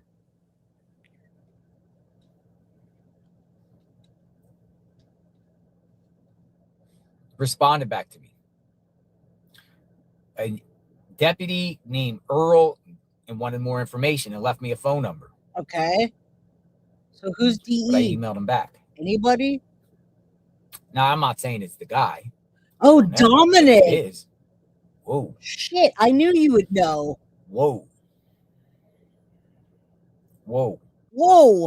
Thank you. And this is why I have the crime crew. Dominic Evans. I'm sorry. I have so many damn things in my head. I'm like, who? Yes, it's got to be Dominic from the band. No shit. Not a family member. No, it's Dominic. We've been looking at him, but I've got so many damn names. I got so many damn names in my head that DE is the freaking guy. Which one is it? Dominic from the band. Dominic, what's his last name? Guys? You said Dominic Evans? Okay, so that's it. It's probably Dominic Evans. Let me see if I can find that. Hold on. Yes. And ICE detain him? Does that mean that JLR is going to hand over $50,000? Yes. All right, let's go back to Tommaso's house. Let's go. Play. Come on, JLR. I just want to hit play. It's called Roller Coaster Road back here. Look how dark it is back here. Yes. The white guy. If they got somebody for questioning and there's a conspiracy, the first one that takes a bite at the apple is the one that gets the deal, the best deal. That's what I said. So someone might be spilling the beans and sharing everything they know to get that sweet deal. Yup. Look how crazy it is out here. Here it is. It's literally crazy. Where's it? So what do we got? That's it, guys.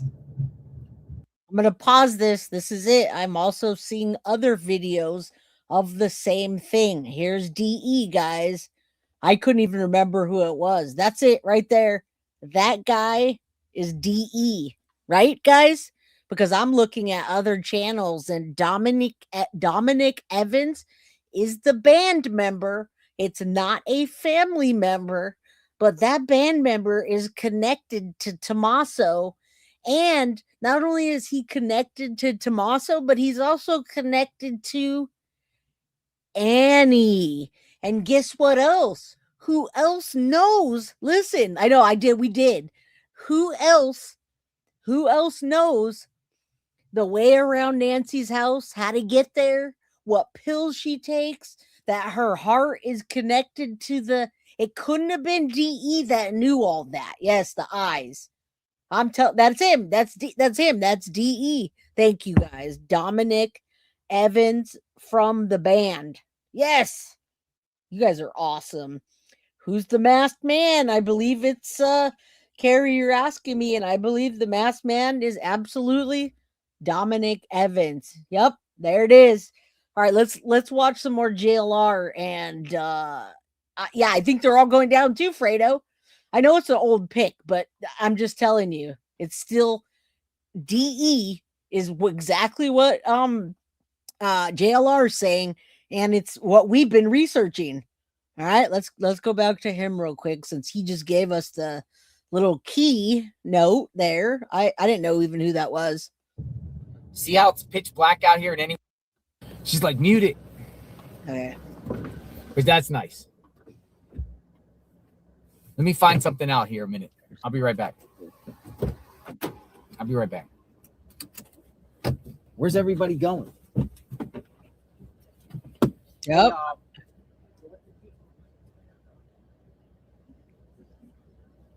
Everyone's saying it's Derek Evans, guys. I don't know why.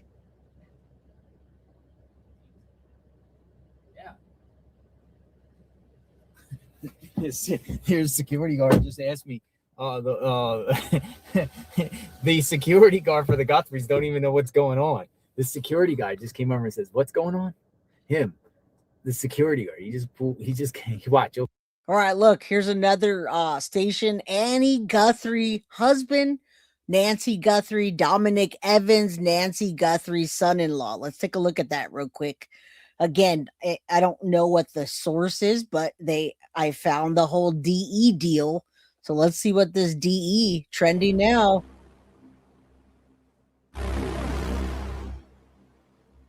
All right, doesn't seem like they're talking in Coast-Ho. Authorities release images of masked individual seen in the Tucson home. The Pima County Sheriff posted these images on social media. 27-second video captures a suspect approaching. Okay, let's keep raising a gloved hand. Okay, we know that, but they named DE in here. Okay, so they identified a suspect. The mask, hold on. 14-second video, masked figure holding a flashlight, obscuring the cameras. On the cameras, potentially armed, has not yet been identified as a suspect, as we hear. All right. Nancy Guthrie was reported missing. Okay, hold on. Jay, okay, go, Synth, go. We don't know. Yeah, we don't know for sure. I'm just looking. I'm saying who DE is. Obviously, there's no arrest, anything like that. I'm just looking at what's being reported on. And this says DE, but there is just, they're not even really, they just put the words with this. So anyway, I don't find this to be credible. I don't know what news station I thought they'd maybe talk, but there it is. Who's Nancy Guthrie? And then Dominic Evans, DE. Again, we're all just speculating at this point. Let me pull this down, see if we have anything else to learn. And if not, then I'll let you guys be on your way. You'll see him in a second. He didn't even know what's going on. The security. Come on, JLR, play. But are they gonna say? We have no idea yet. It's crazy. We don't know. Oh, I got a flashlight. I have to. Here's my flashlight. I have to go find my press pass a minute. So yeah, come with me. I think I know where I dropped my press pass. Of course. I lost my press pass when I was out there. You're welcome.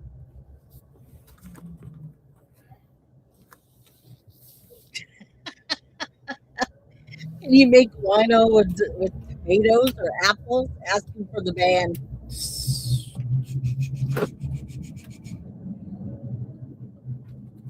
Do I look like the police? All right, so look. FBI FBI today was searching all around this area.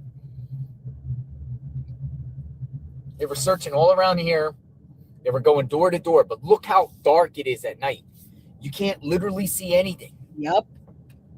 Easy a way to dispose of a body. If you want to get rid of a body. Yep.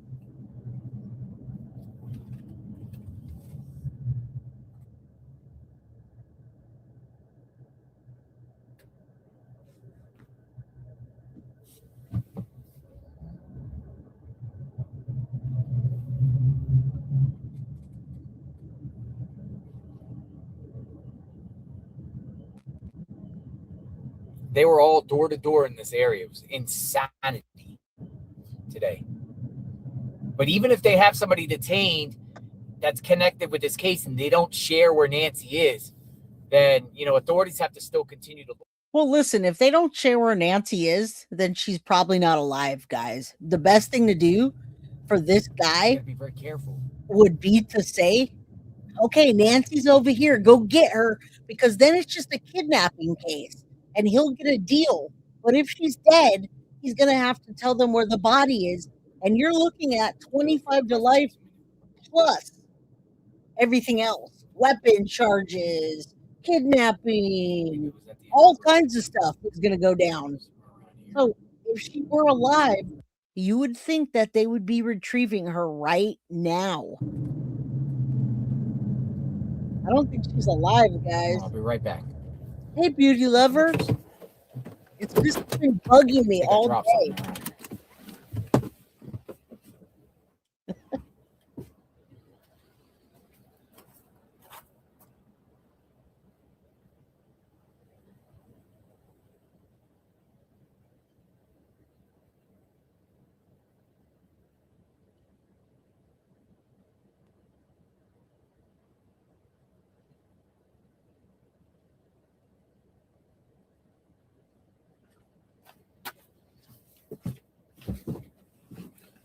Might also be down here.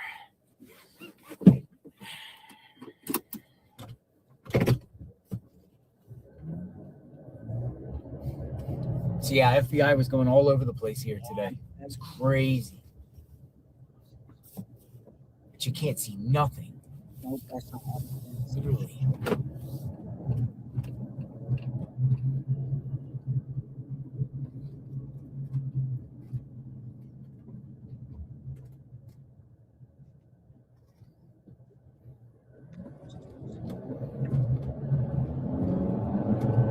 Me too. They're also talking about Oro Valley. Yeah, guys, this is hard for me to concentrate today at work, like at all. All day I've just been, and thank you, Clark. Huge hug. We're our family. We love you, Thank you. I appreciate you. And Nerdy Girl, thank you for being a member for a month. I appreciate you. K9 Capone, not taking a chance with fingerprints or DNA. I love it. And thank you for that. Thank you for letting me know, DE. I work, guys. I hope you guys know that I've been at a company I've been at my company for 18 years now, and I work full time. So when I'm done, Has been detained, according to reports, it was Rio Rico. When I'm done working, I come stream. So I've been working for 11 hours, 12 hours today. So thank you. I appreciate you guys.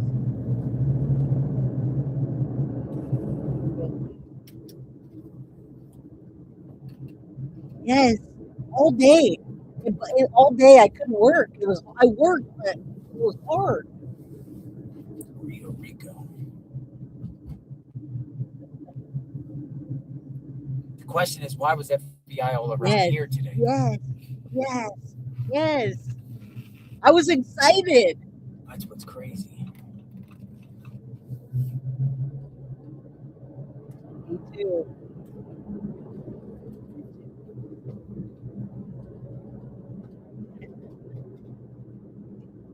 See, this is crazy terrain, isn't it?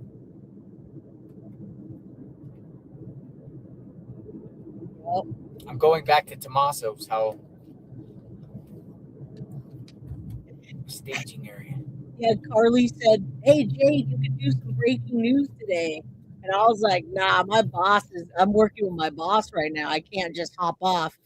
But the cool thing is my boss was watching the news with me. I couldn't stream, but he was watching it with me. We were So the actively reports are coming out. discussing the case, Two obviously. things.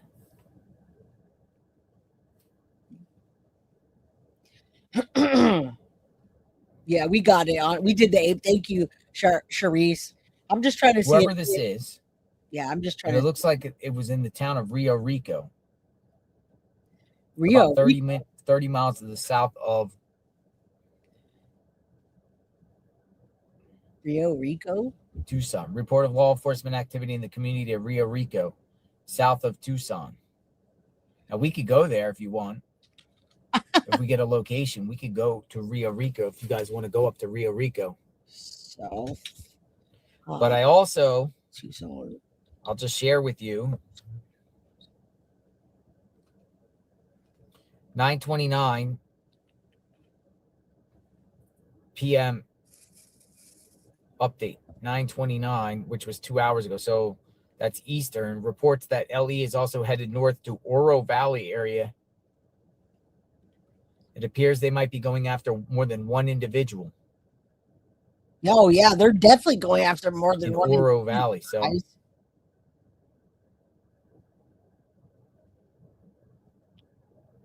All right, so I'm gonna pop on a little bit of this. I don't think Arizona family news station, I've streamed her before and she pulled me down.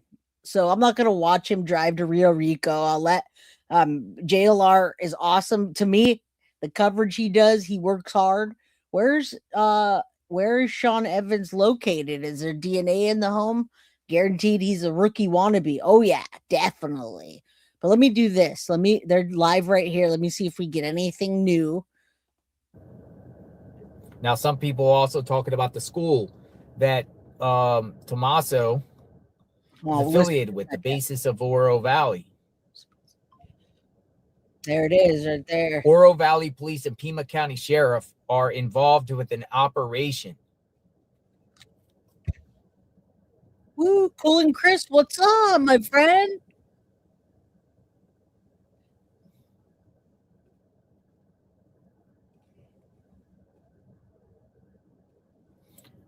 Sources tell CBS News authorities detain a person of interest in connection with the Nancy Guthrie case.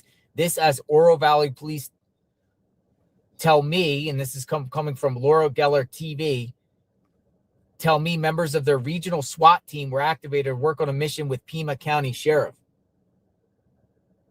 Wow. So does that mean they're recovering her? No proof of life? So you got like two situations. So it appears we do maybe 15 minutes to the north and 30 minutes to the south where there's an operation going on. Ooh. Boom, boom. So guys, there's definitely more than one person. I think we already know that. Dang it. Let me put this back on. I had it for you guys. Arizona news. Hold on. Rio Rico. Now let's look at Flight Radar 24 and see what we got on Flight Radar 24. Where'd it go? Nothing in Rio Rico, nothing in Nogales. I remember that. Oh, well, there's a chopper. LifeNet started in Rio Rico, but that has nothing to do with this. There it is. Hold on.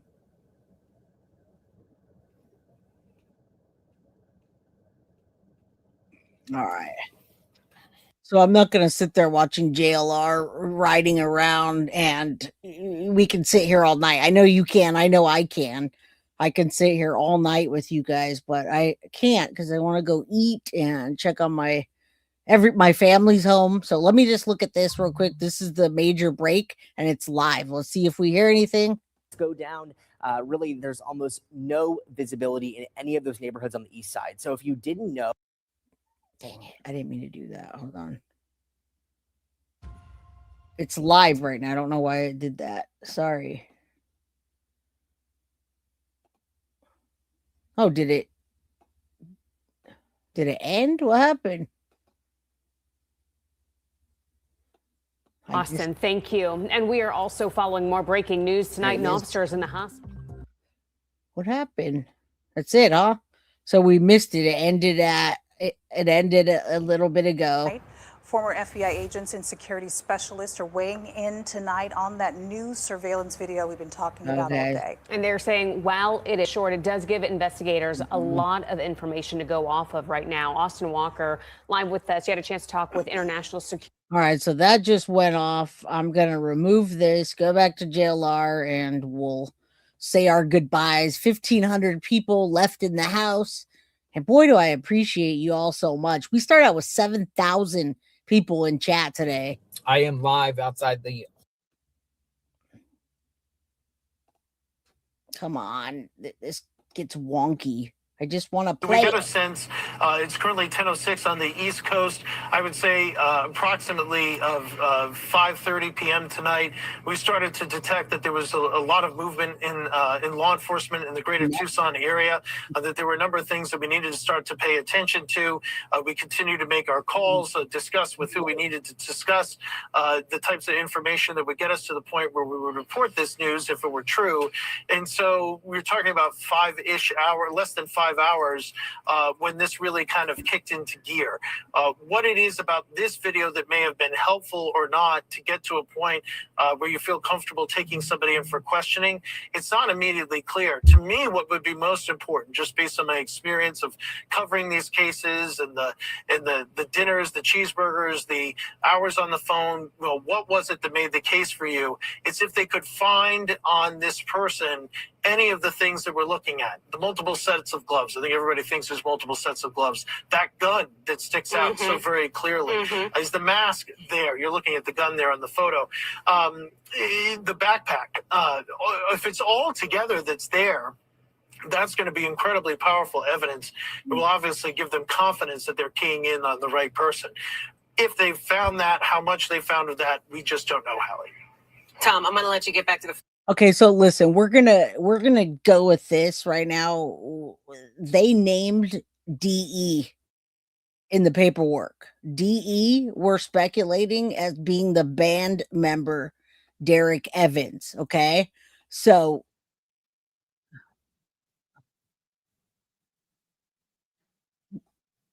hold on. Yeah, nobody's actually telling us exactly who it is, but DE, like I said, we've speculated heavily that is a band member. At the very beginning of the show, we also told you that we showed you the band member pictures and we compared it. So I would probably say go back and watch the beginning if you can, because nobody's naming the source right now. I mean, nobody's naming who DE is, but that's who DE is Derek. I mean, is it Derek? What's his name? Evans. DE. Again, this is just our speculation. The initials of the person arrested, we believe to be in the band, and DE is the guy right here. And remember, guys, people are saying, oh, that's not them or whatever. This was a long time ago. They were not in a band last week. Okay. So, right. Is it Derek Evans? Am I getting it right, guys? Mod Squad, Savannah Boss. I don't even remember, Synth, about a cookie giveaway. But if you want to put it up in chat, you can. But right now I've got like a bunch of stuff going on. So, yeah, I mean, I'm catching the news, but they're not naming that person. So this is it. They got a person detained. That they are not publicly identifiable that way. But it gives you a sense of how the FBI director was in the meeting, talking with people who were doing this work. There are, of course, resources that have come from headquarters in Washington, from other field offices in the. Now, remember, she's been missing 10 days. Yes, Dominic Evans. I'm sorry. I was saying Derek. DE, we speculate to be Dominic Evans. Girl, listen, if you guys are crazy. I had 7,000 people in chat and everybody's sending me stuff and I'm trying to give y'all breaking news. I can't remember DE, Dominic Evans. All right. I'm glad that you choked on your saliva. Okay, so we'll do a giveaway when we plan it better. Synth, remind me tomorrow. Right now, I don't think they're going to name that person. We named him allegedly based on what JLR said and based on the information we had earlier about the band members. Okay, so that's where I'm going to leave it and speculate that Dominic Evans from the band was the person that's detained. All right. Holster. We went hunting. I know his backpack. And there's a $50,000 reward. So as soon as this was released, I'm sure the phones lit up on the tip line, and they've got a lot of tips. Did you hear that? They probably got a tip. Dominic, like Domino's, ain't go. I got it. Dominic Evans, but I have like 30 tabs up and a bunch of messages. Sort through them. Come on. You get a lot of good information I by worked 8 putting hours out today. this kind of a video and stills and leveraging the public's help. So that was a good move by the commanders, Hallie. Jim, I'm going to ask you to stand by for a minute because I want to get to the ground in Tucson where Liz Kreutz is standing by. And Liz, we have seen the FBI, the feds on the ground working with some of these state and county officials for days now. Give us a sense of where the investigation stands from your vantage point. Okay, that's Derek Evans. Oh, hey there. What we're speculating. Hey guys, sorry, we're outside of Nancy Guthrie's home right now where, as you know, just hours ago, we received those first images of a suspect in this case. And this is all live right now. I'm just trying to catch up with the live. Which is somewhat odd and inexplicable. So it strikes me as this is not a thoroughly thought out plan. Part of it is with his ability to disguise his appearance, but the rest of it is somewhat amateur. Somewhat amateur. You talk about the national attention on this case, Andy, and it has been in the spot. All know off the top of our heads that the information that law enforcement sometimes gets after they've taken somebody into questioning, after there's been an arrest, is almost just as important as the information before it to make sure that they have the right person. And eventually, if this goes to trial, that they have the right information to present before a jury.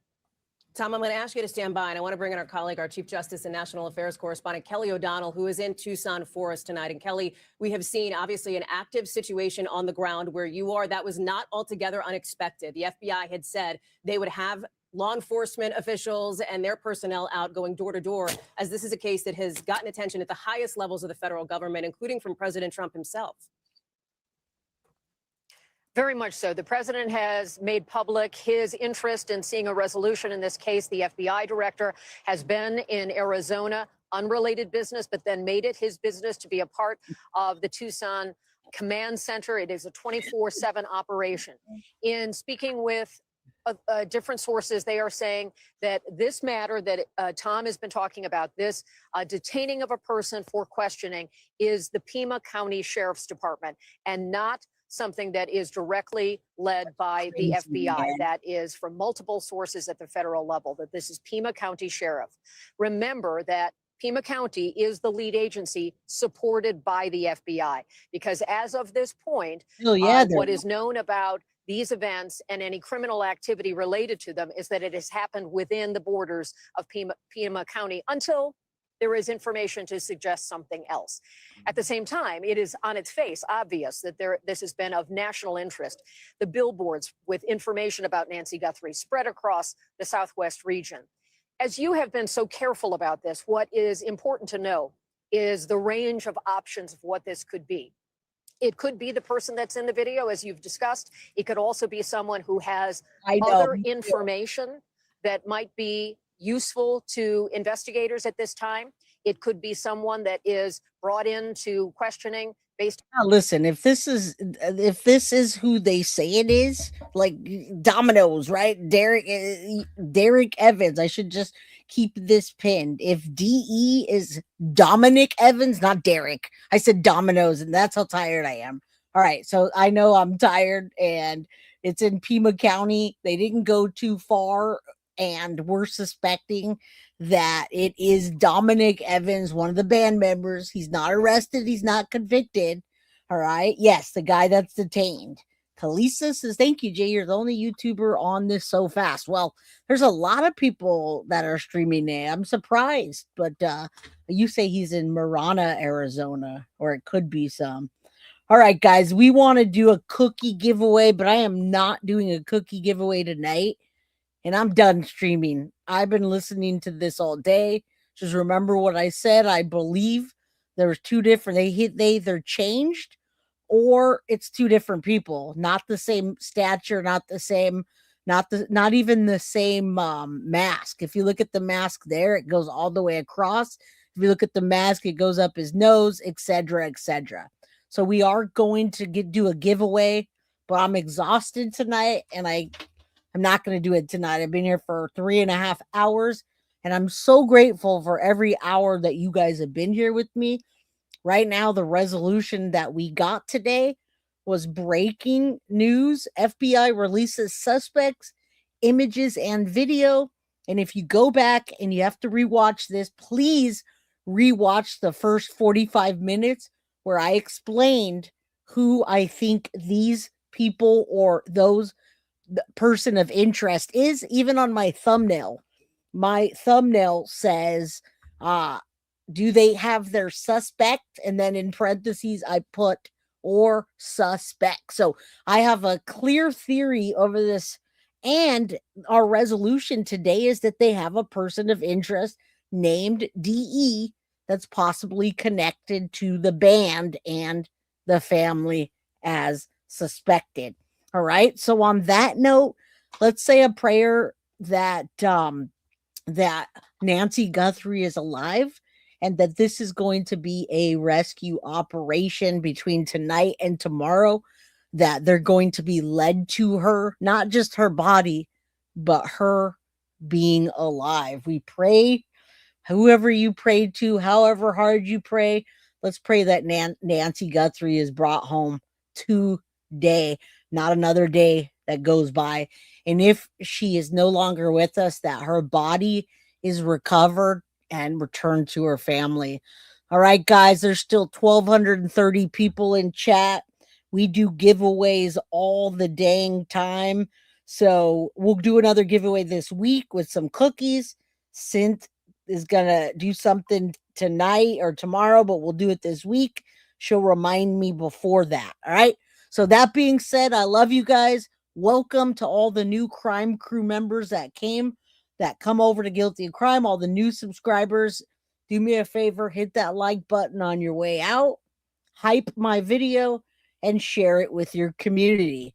And guys, if you're new here and you got gifted a membership, just know we give a lot of things away. We got a ton of Guilty of Crime merchandise and Foxy boxes, and we got Bluetooth mugs, Guilty of Crime, hoodie, shirts, sweatshirts, zip-ups, beanies, and we give them away all the time. So come back, subscribe to all notifications, watch your favorite true crime person, me, and get the latest information.